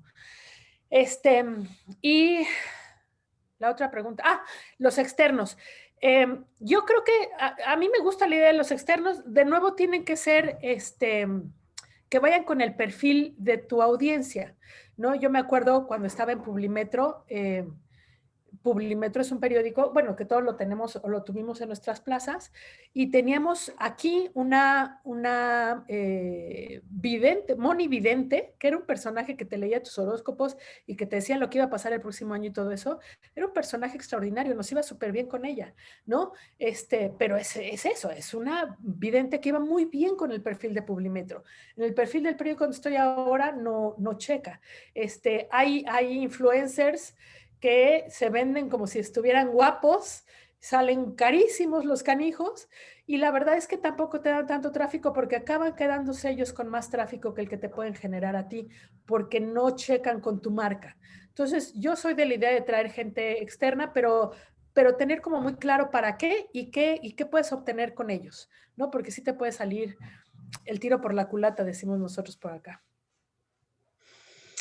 Y volviendo al tema de los vendedores, que parece que es el tema que no acaba nunca, quisiera señalar, sobre todo para los colegas que están presentes hoy y están a cargo de procesos de reinvención o reestructuración o reorganización, que el cambio cultural en nuestros medios no puede ser solamente en la redacción, tiene que ser global, tiene que ser integral. El desarrollo de las capacidades adaptivas, el desarrollo de la destreza para poder ver las nuevas oportunidades y entenderlas, como señala Marta, no es solamente para los que se encargan de las narrativas, o sea, para los profesionales de la información, para los reporteros, las reporteras, las infografistas, las fotoperiodistas, sino también para los vendedores. En un contexto más tradicional, por ejemplo, eso ocurría cuando yo estaba en Éxito, que los vendedores del Chicago Tribune tenían como misión vender éxito, pero no entendían qué era éxito. Entonces teníamos que hacer mucho trabajo de convencimiento, pero más bien de explicación. ¿Qué era la comunidad hispana en Chicago? ¿Quiénes la integraban? ¿Cuáles eran sus gustos? ¿Cuáles eran sus tendencias? ¿Cuáles eran los temas que les interesaban? ¿Cómo funcionaban las microempresas en el contexto hispano? ¿Cómo la publicidad local era importante? ¿Qué mensajes resonaban con la comunidad hispana? Esa era una gestión de evangelización que había que hacer con los vendedores. Así que gracias por apuntar eso, Marta. O sea, el cambio cultural tiene que ser a nivel integral. Y el tema también que mencionaba sobre la pandemia, que ha dado una... con todo lo trágico que ha resultado esta situación, ha creado una ventana de oportunidad, sobre todo para los medios pequeños y medianos locales que funcionan en ecosistemas donde todo el mundo los conoce, donde todo el mundo se conecta con ellos y tienen la posibilidad de convertirse en el referente o de continuar siendo el referente o de reforzar su posición como referente. Para ellos se abrió una gran ventana de oportunidad de recuperar lo que los grandes quisiéramos, que es la credibilidad. Yo me acuerdo alguna vez que Violeta Chamorro Violeta Chamorro, miren ahorita en qué situación está en Nicaragua, nos decía, cuando la sociedad pierde confianza en sus instituciones, en el gobierno y en la iglesia, le quedan los medios. Y cuando no pueden ni confiar en los medios, estamos al borde de la guerra civil. Tal cual nos lo platicó alguna vez. Entonces, a mí eso me quedó muy grabado, y los medios locales tuvieron la gran oportunidad ahora, verdaderamente, de recuperar esa credibilidad y esa cercanía con el lector. Esa cercanía la hemos perdido por años. Y hablo de México porque lo conozco más, porque es lo que conozco. La relación con gobierno aquí ha sido tortuosa en los últimos sexenios y nos ha llevado a una dinámica que nos alejó de la gente y de los lectores muchísimo. A ningún medio mexicano tiene que extrañarle que hemos perdido lectores porque pues nos lo ganamos un poquito a pulso. Entonces, recuperar ahora toda esa credibilidad, y es mucho más fácil para los locales que para los periódicos nacionales, mucho más fácil. Sí, fue una gran oportunidad. Y cuando decías que todas las áreas deben sumarse a estos cambios, a mí que me digan qué empresa no sufrió su área de recursos humanos para ver cómo lidiaba con la pandemia el año pasado. ¿Cómo registras que la gente asistió a trabajar si no asistió, ¿no? ¿Cómo pasas lista, ¿no? ¿Cómo registras las ausencias por COVID? Si hay colas enormes en hospitales que no te van a dar un certificado para que puedas presentar en tu empresa de ausencia, ¿no? Sí fue todo un reto también para las áreas de recursos humanos, por ejemplo, modernizarse a 1000 por hora durante la pandemia. Y tenemos preguntas sobre que tienen que ver con personal, recursos humanos y los requisitos que son necesarios ahora para enfrentar estos nuevos retos. Pero antes déjame decirte que abono a tu comentario sobre la oportunidad que se presenta para los medios locales, y lo que ocurrió aquí en Estados Unidos inclusive fue que se cedió ese terreno. No se perdió ese terreno por causas que fueron totalmente desvinculadas con la forma en la que actuaba el medio. En las grandes ciudades de Estados Unidos vimos los grandes periódicos que desertaron la ciudad, el centro de la ciudad, que había sido tradicionalmente su fuerte. Hablo de Miami, hablo de Detroit, hablo de Newark, New Jersey, en pos de perseguir audiencias que se veían como más deseables en los suburbios, con lo cual se empezó a diluir completamente su misión y a dejar de entender o a no entender que estaban dejando sin servir o se estaban desconectando de las comunidades que viven en la ciudad.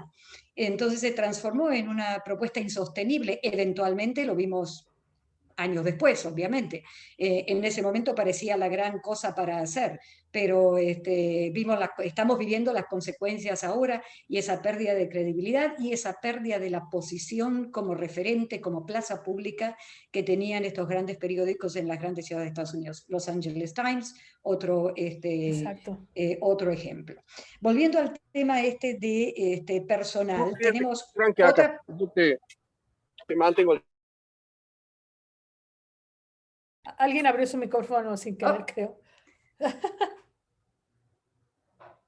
Hugo, te podemos pedir que esperes un segundito que respondamos a estas preguntas y luego atendemos tu pregunta. Carola Virgen pregunta puntualmente si los nuevos puestos que has creado en tu empresa o en de las mini empresas que conforman tu empresa, si fueron cubiertos con recursos ya existentes o con nuevos recursos. No, con recursos ya existentes, haciendo malabares, ¿no?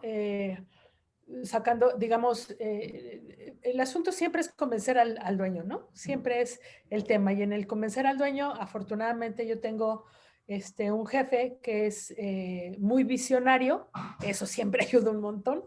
Entonces, oye, si le ahorro acá y mire, esta plaza no me sirve para esto y entonces estas plazas ya no nos funcionan. Hubo muchas plazas, somos una empresa muy grandota, sobre todo en el corporativo hay mucha gente, aunque son periódicos, 3 periódicos en el corporativo y demás, pero se han ido haciendo ahorros incluso hasta de impresión. Nosotros tenemos redacciones regionales, por ejemplo, cada redacción regional arma 10 periódicos y tenemos centros de impresión y donde las distancias lo permiten, cada centro de impresión imprime varios periódicos.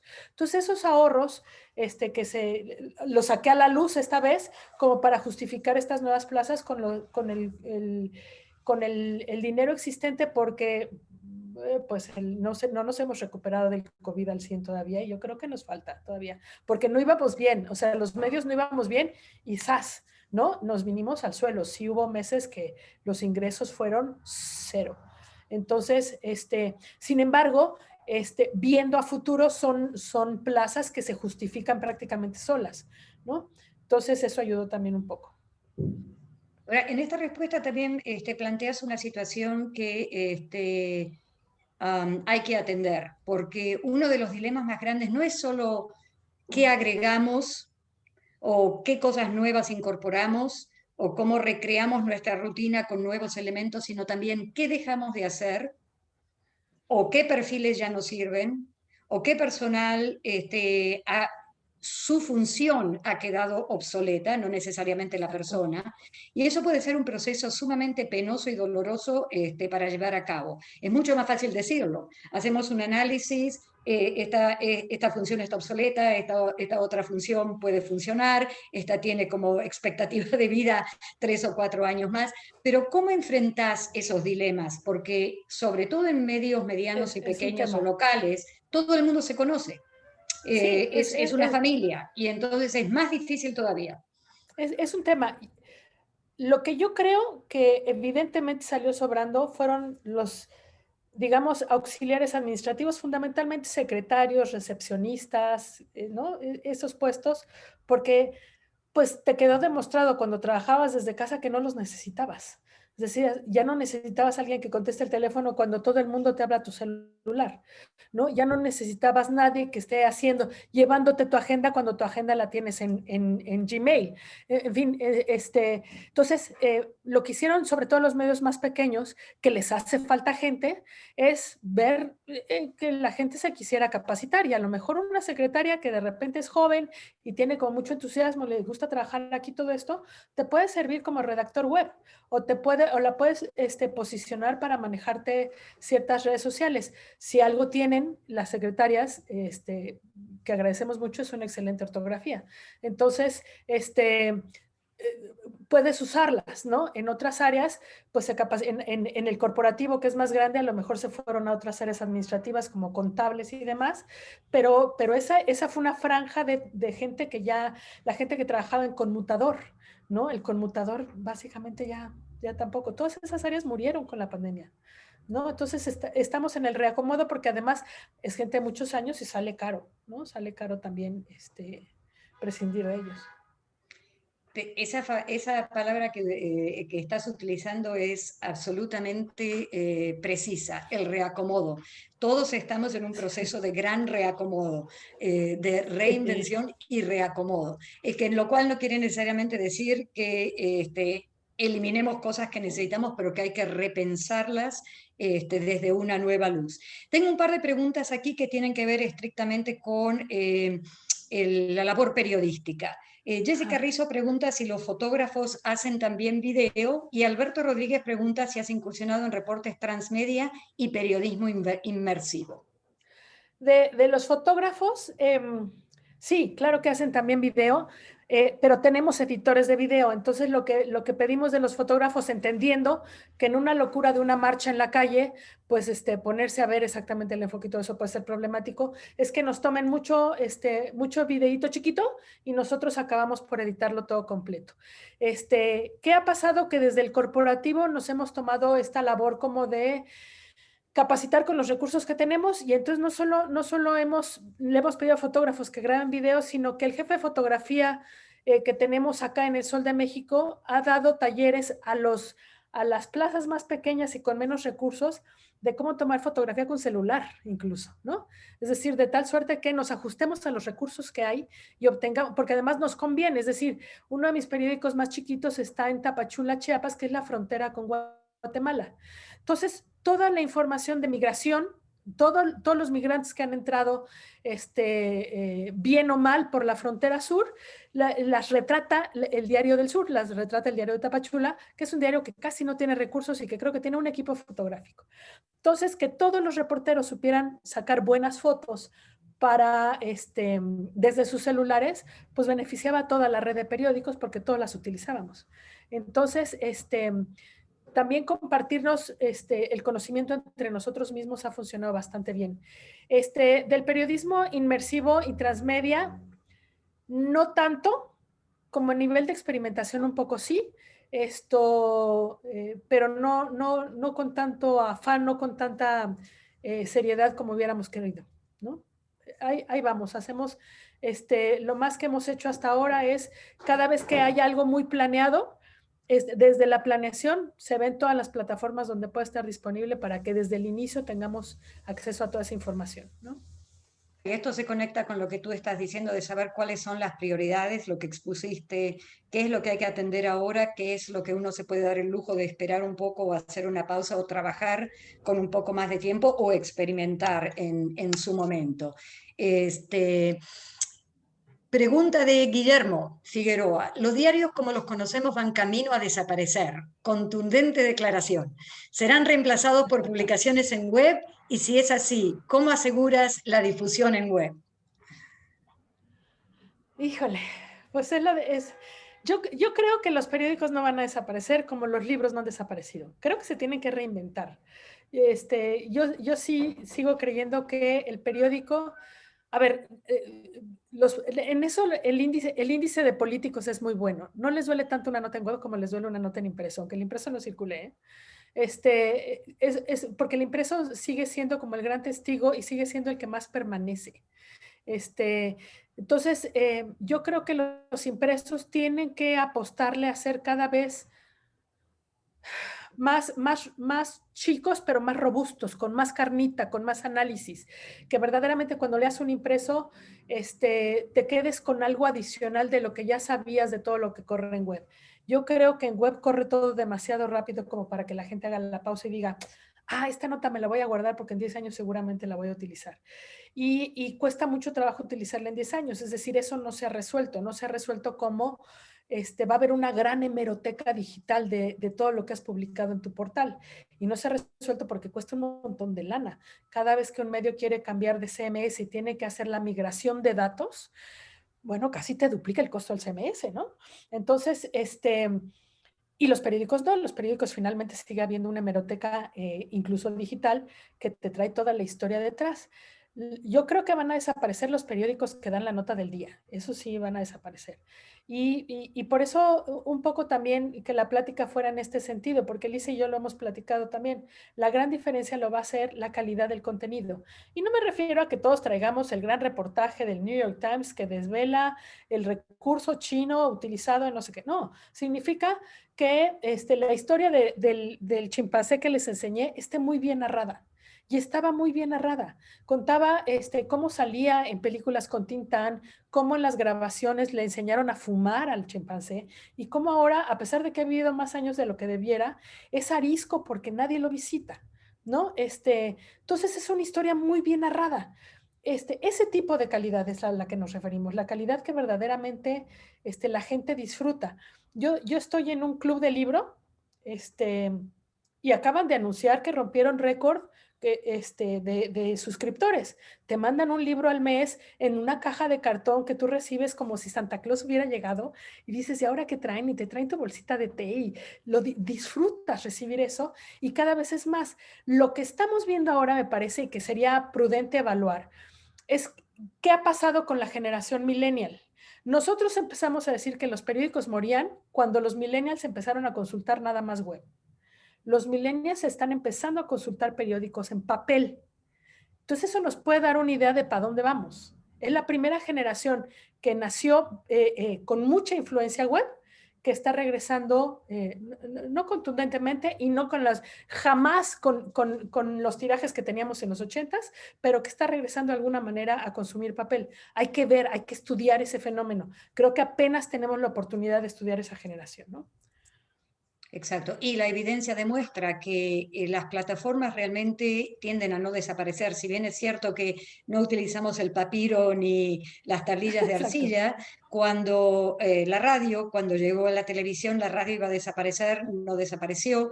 Cuando llegó la web, el periódico iba a desaparecer, todavía no desapareció.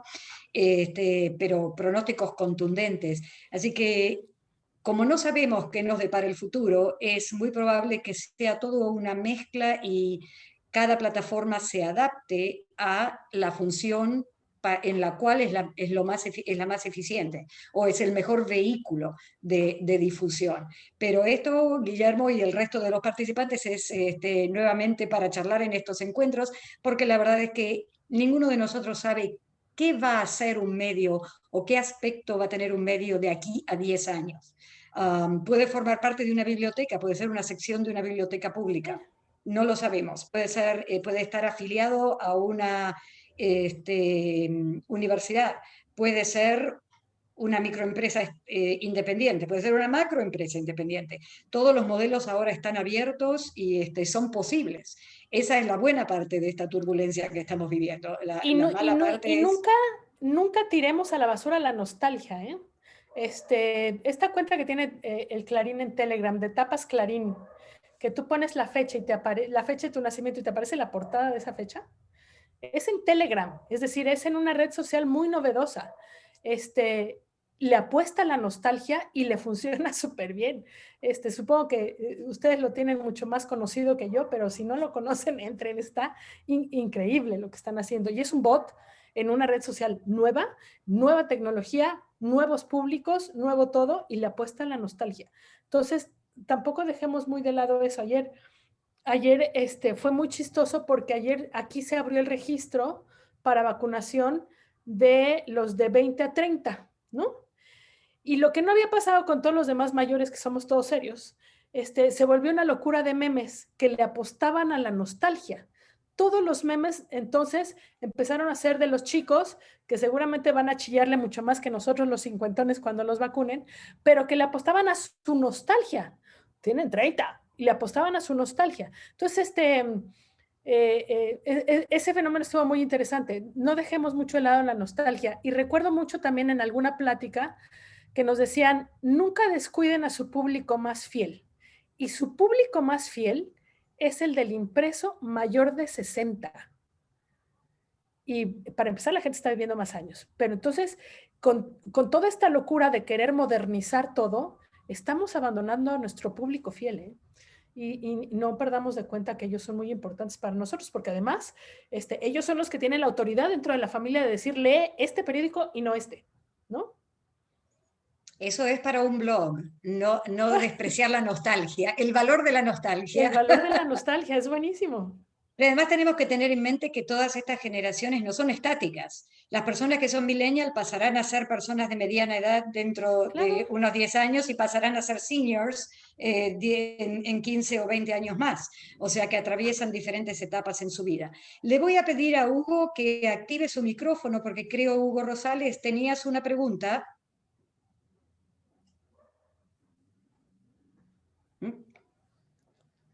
Creo no.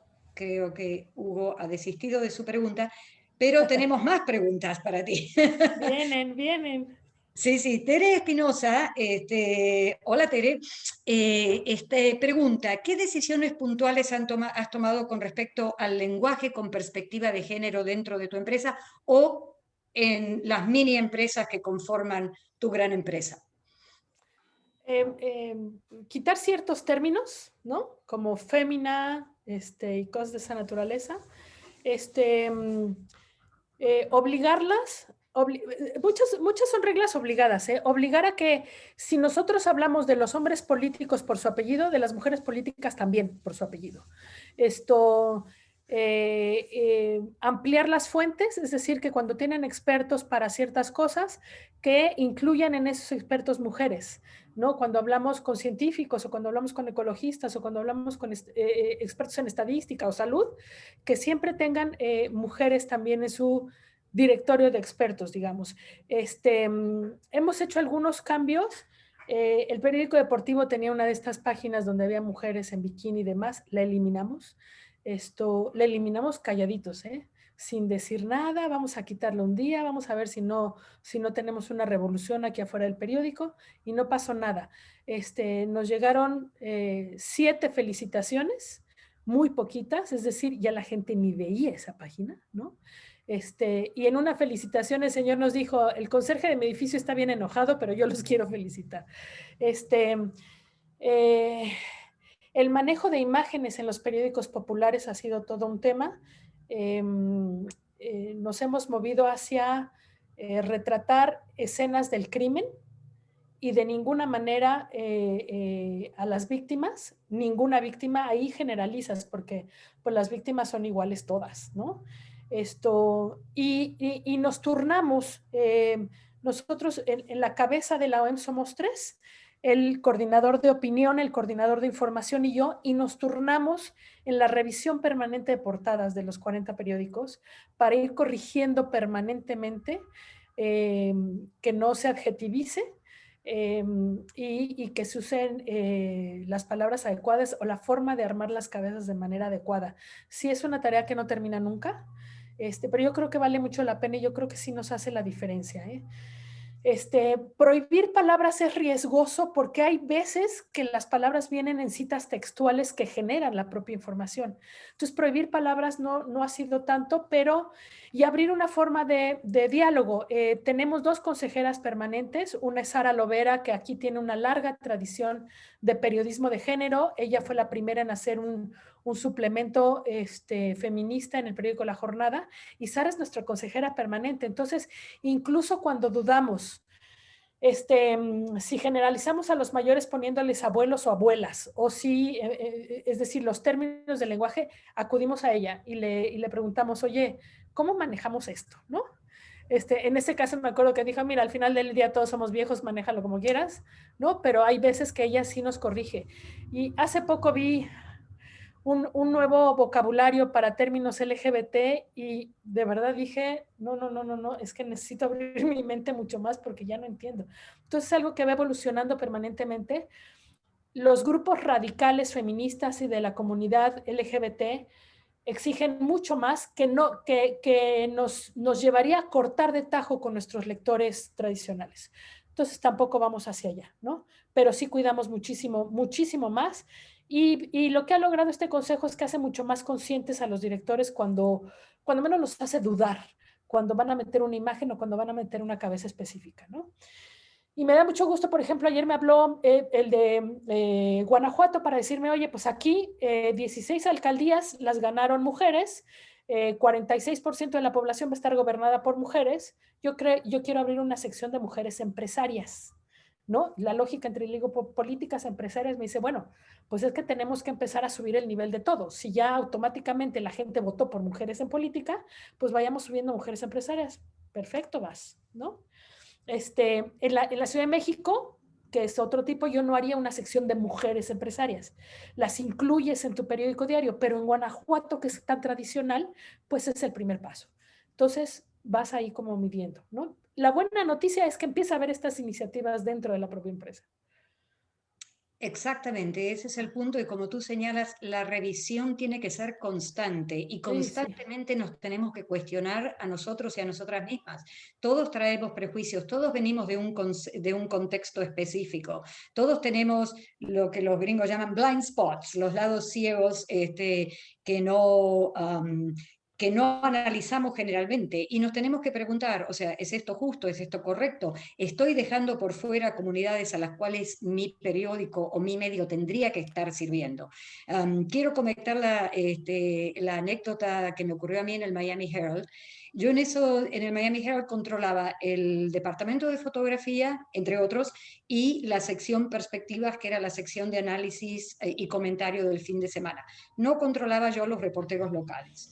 Teníamos un excelente contable que estaba adscripto al departamento, al departamento editorial, un joven absolutamente competente, y digo joven porque tenía la cuarentena. Era gay y desafortunadamente falleció de cáncer al cerebro. Pero fue un proceso muy prolongado. Su pareja dejó su trabajo para poder atenderlo. Yo quise escribir una nota sobre eso. Consulté con una reportera, ella me dijo que sí, que estaba interesada, asigné a un fotógrafo y pasaron las semanas y yo no veía la nota. Y entonces voy y le pregunto a la reportera, ¿y qué pasa? ¿No has tenido tiempo? Si yo sé que Carlos y Joe están muy dispuestos a que hagas una nota sobre ellos. Es que mi jefe no me lo ha permitido y estaba sumamente incómoda. Su jefe era mi colega, éramos parejos en cuanto a nuestro estatus en la redacción, pero ella no había venido a decirme esto y él tampoco me lo había dicho.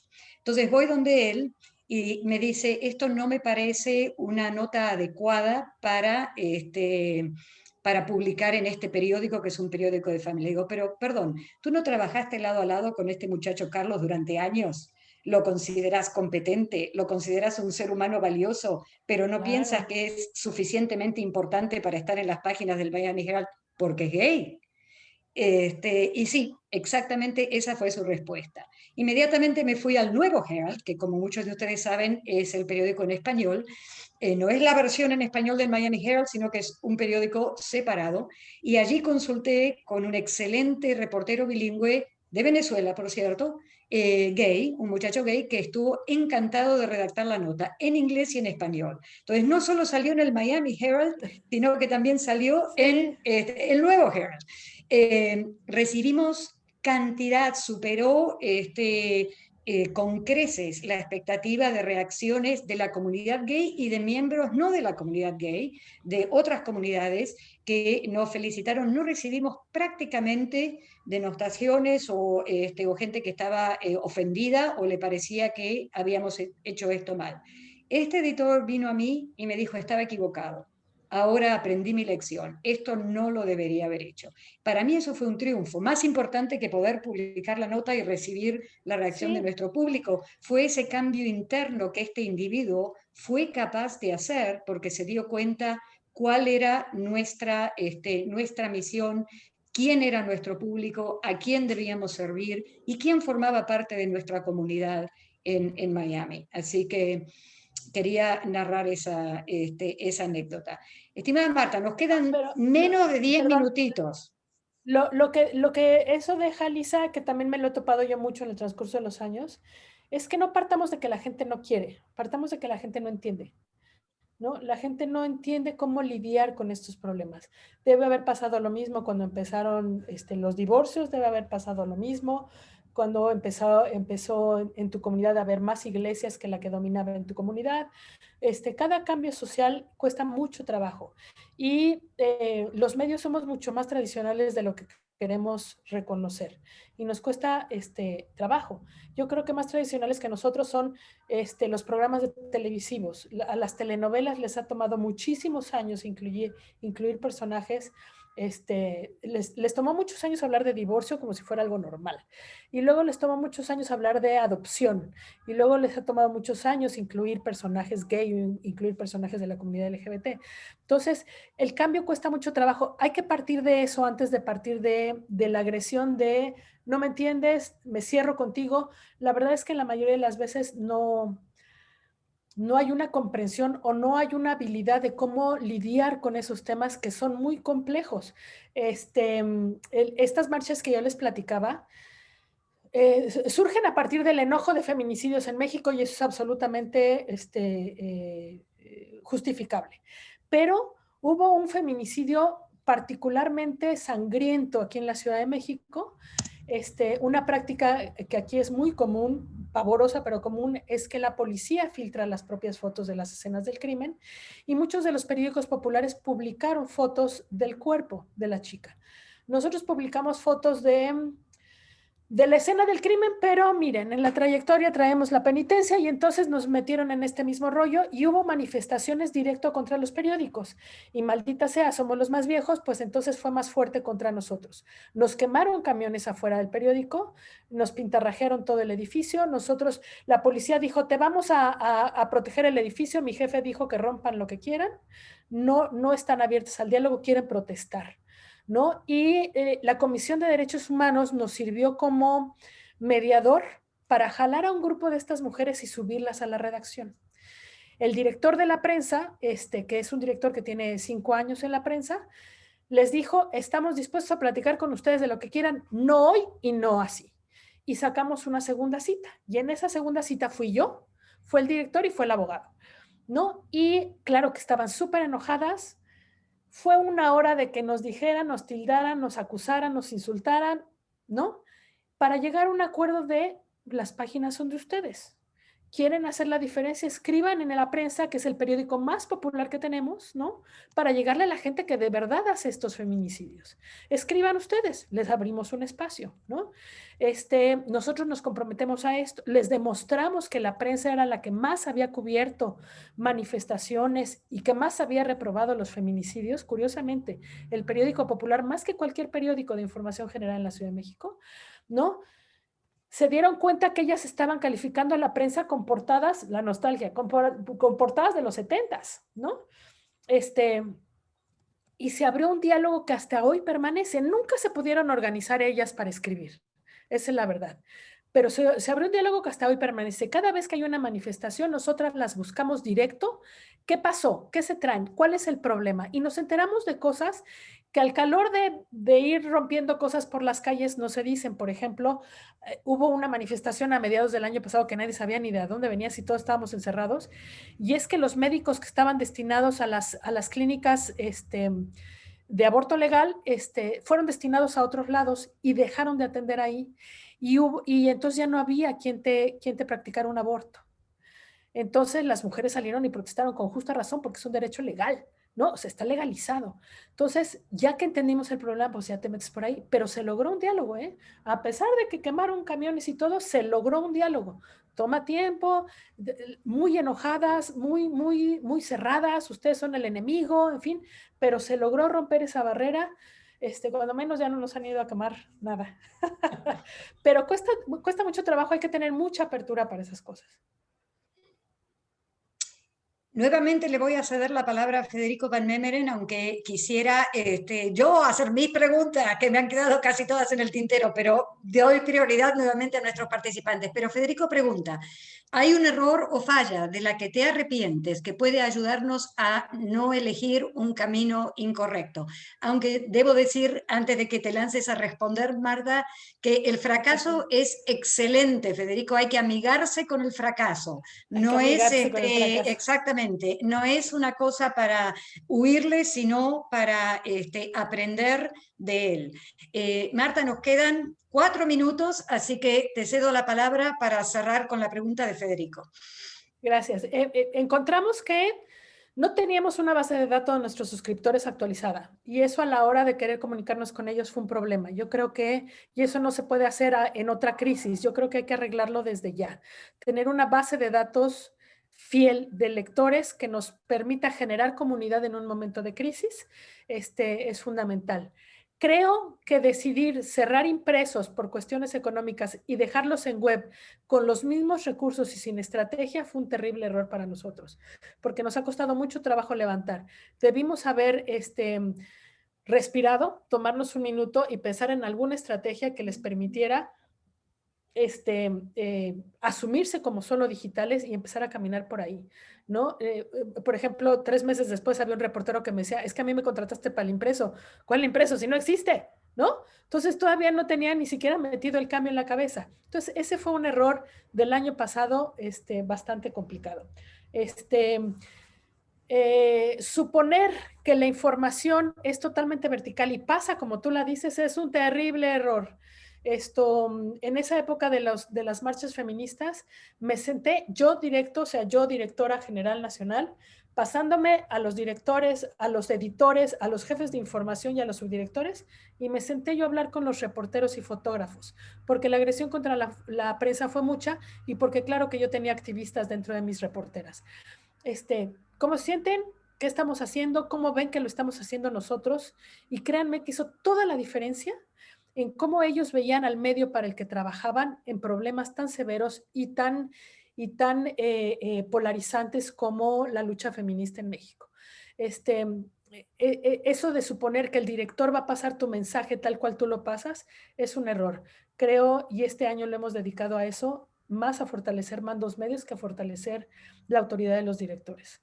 Estamos topados ahí, ya no avanzamos y con los mandos medios estamos viendo una gran área de oportunidad.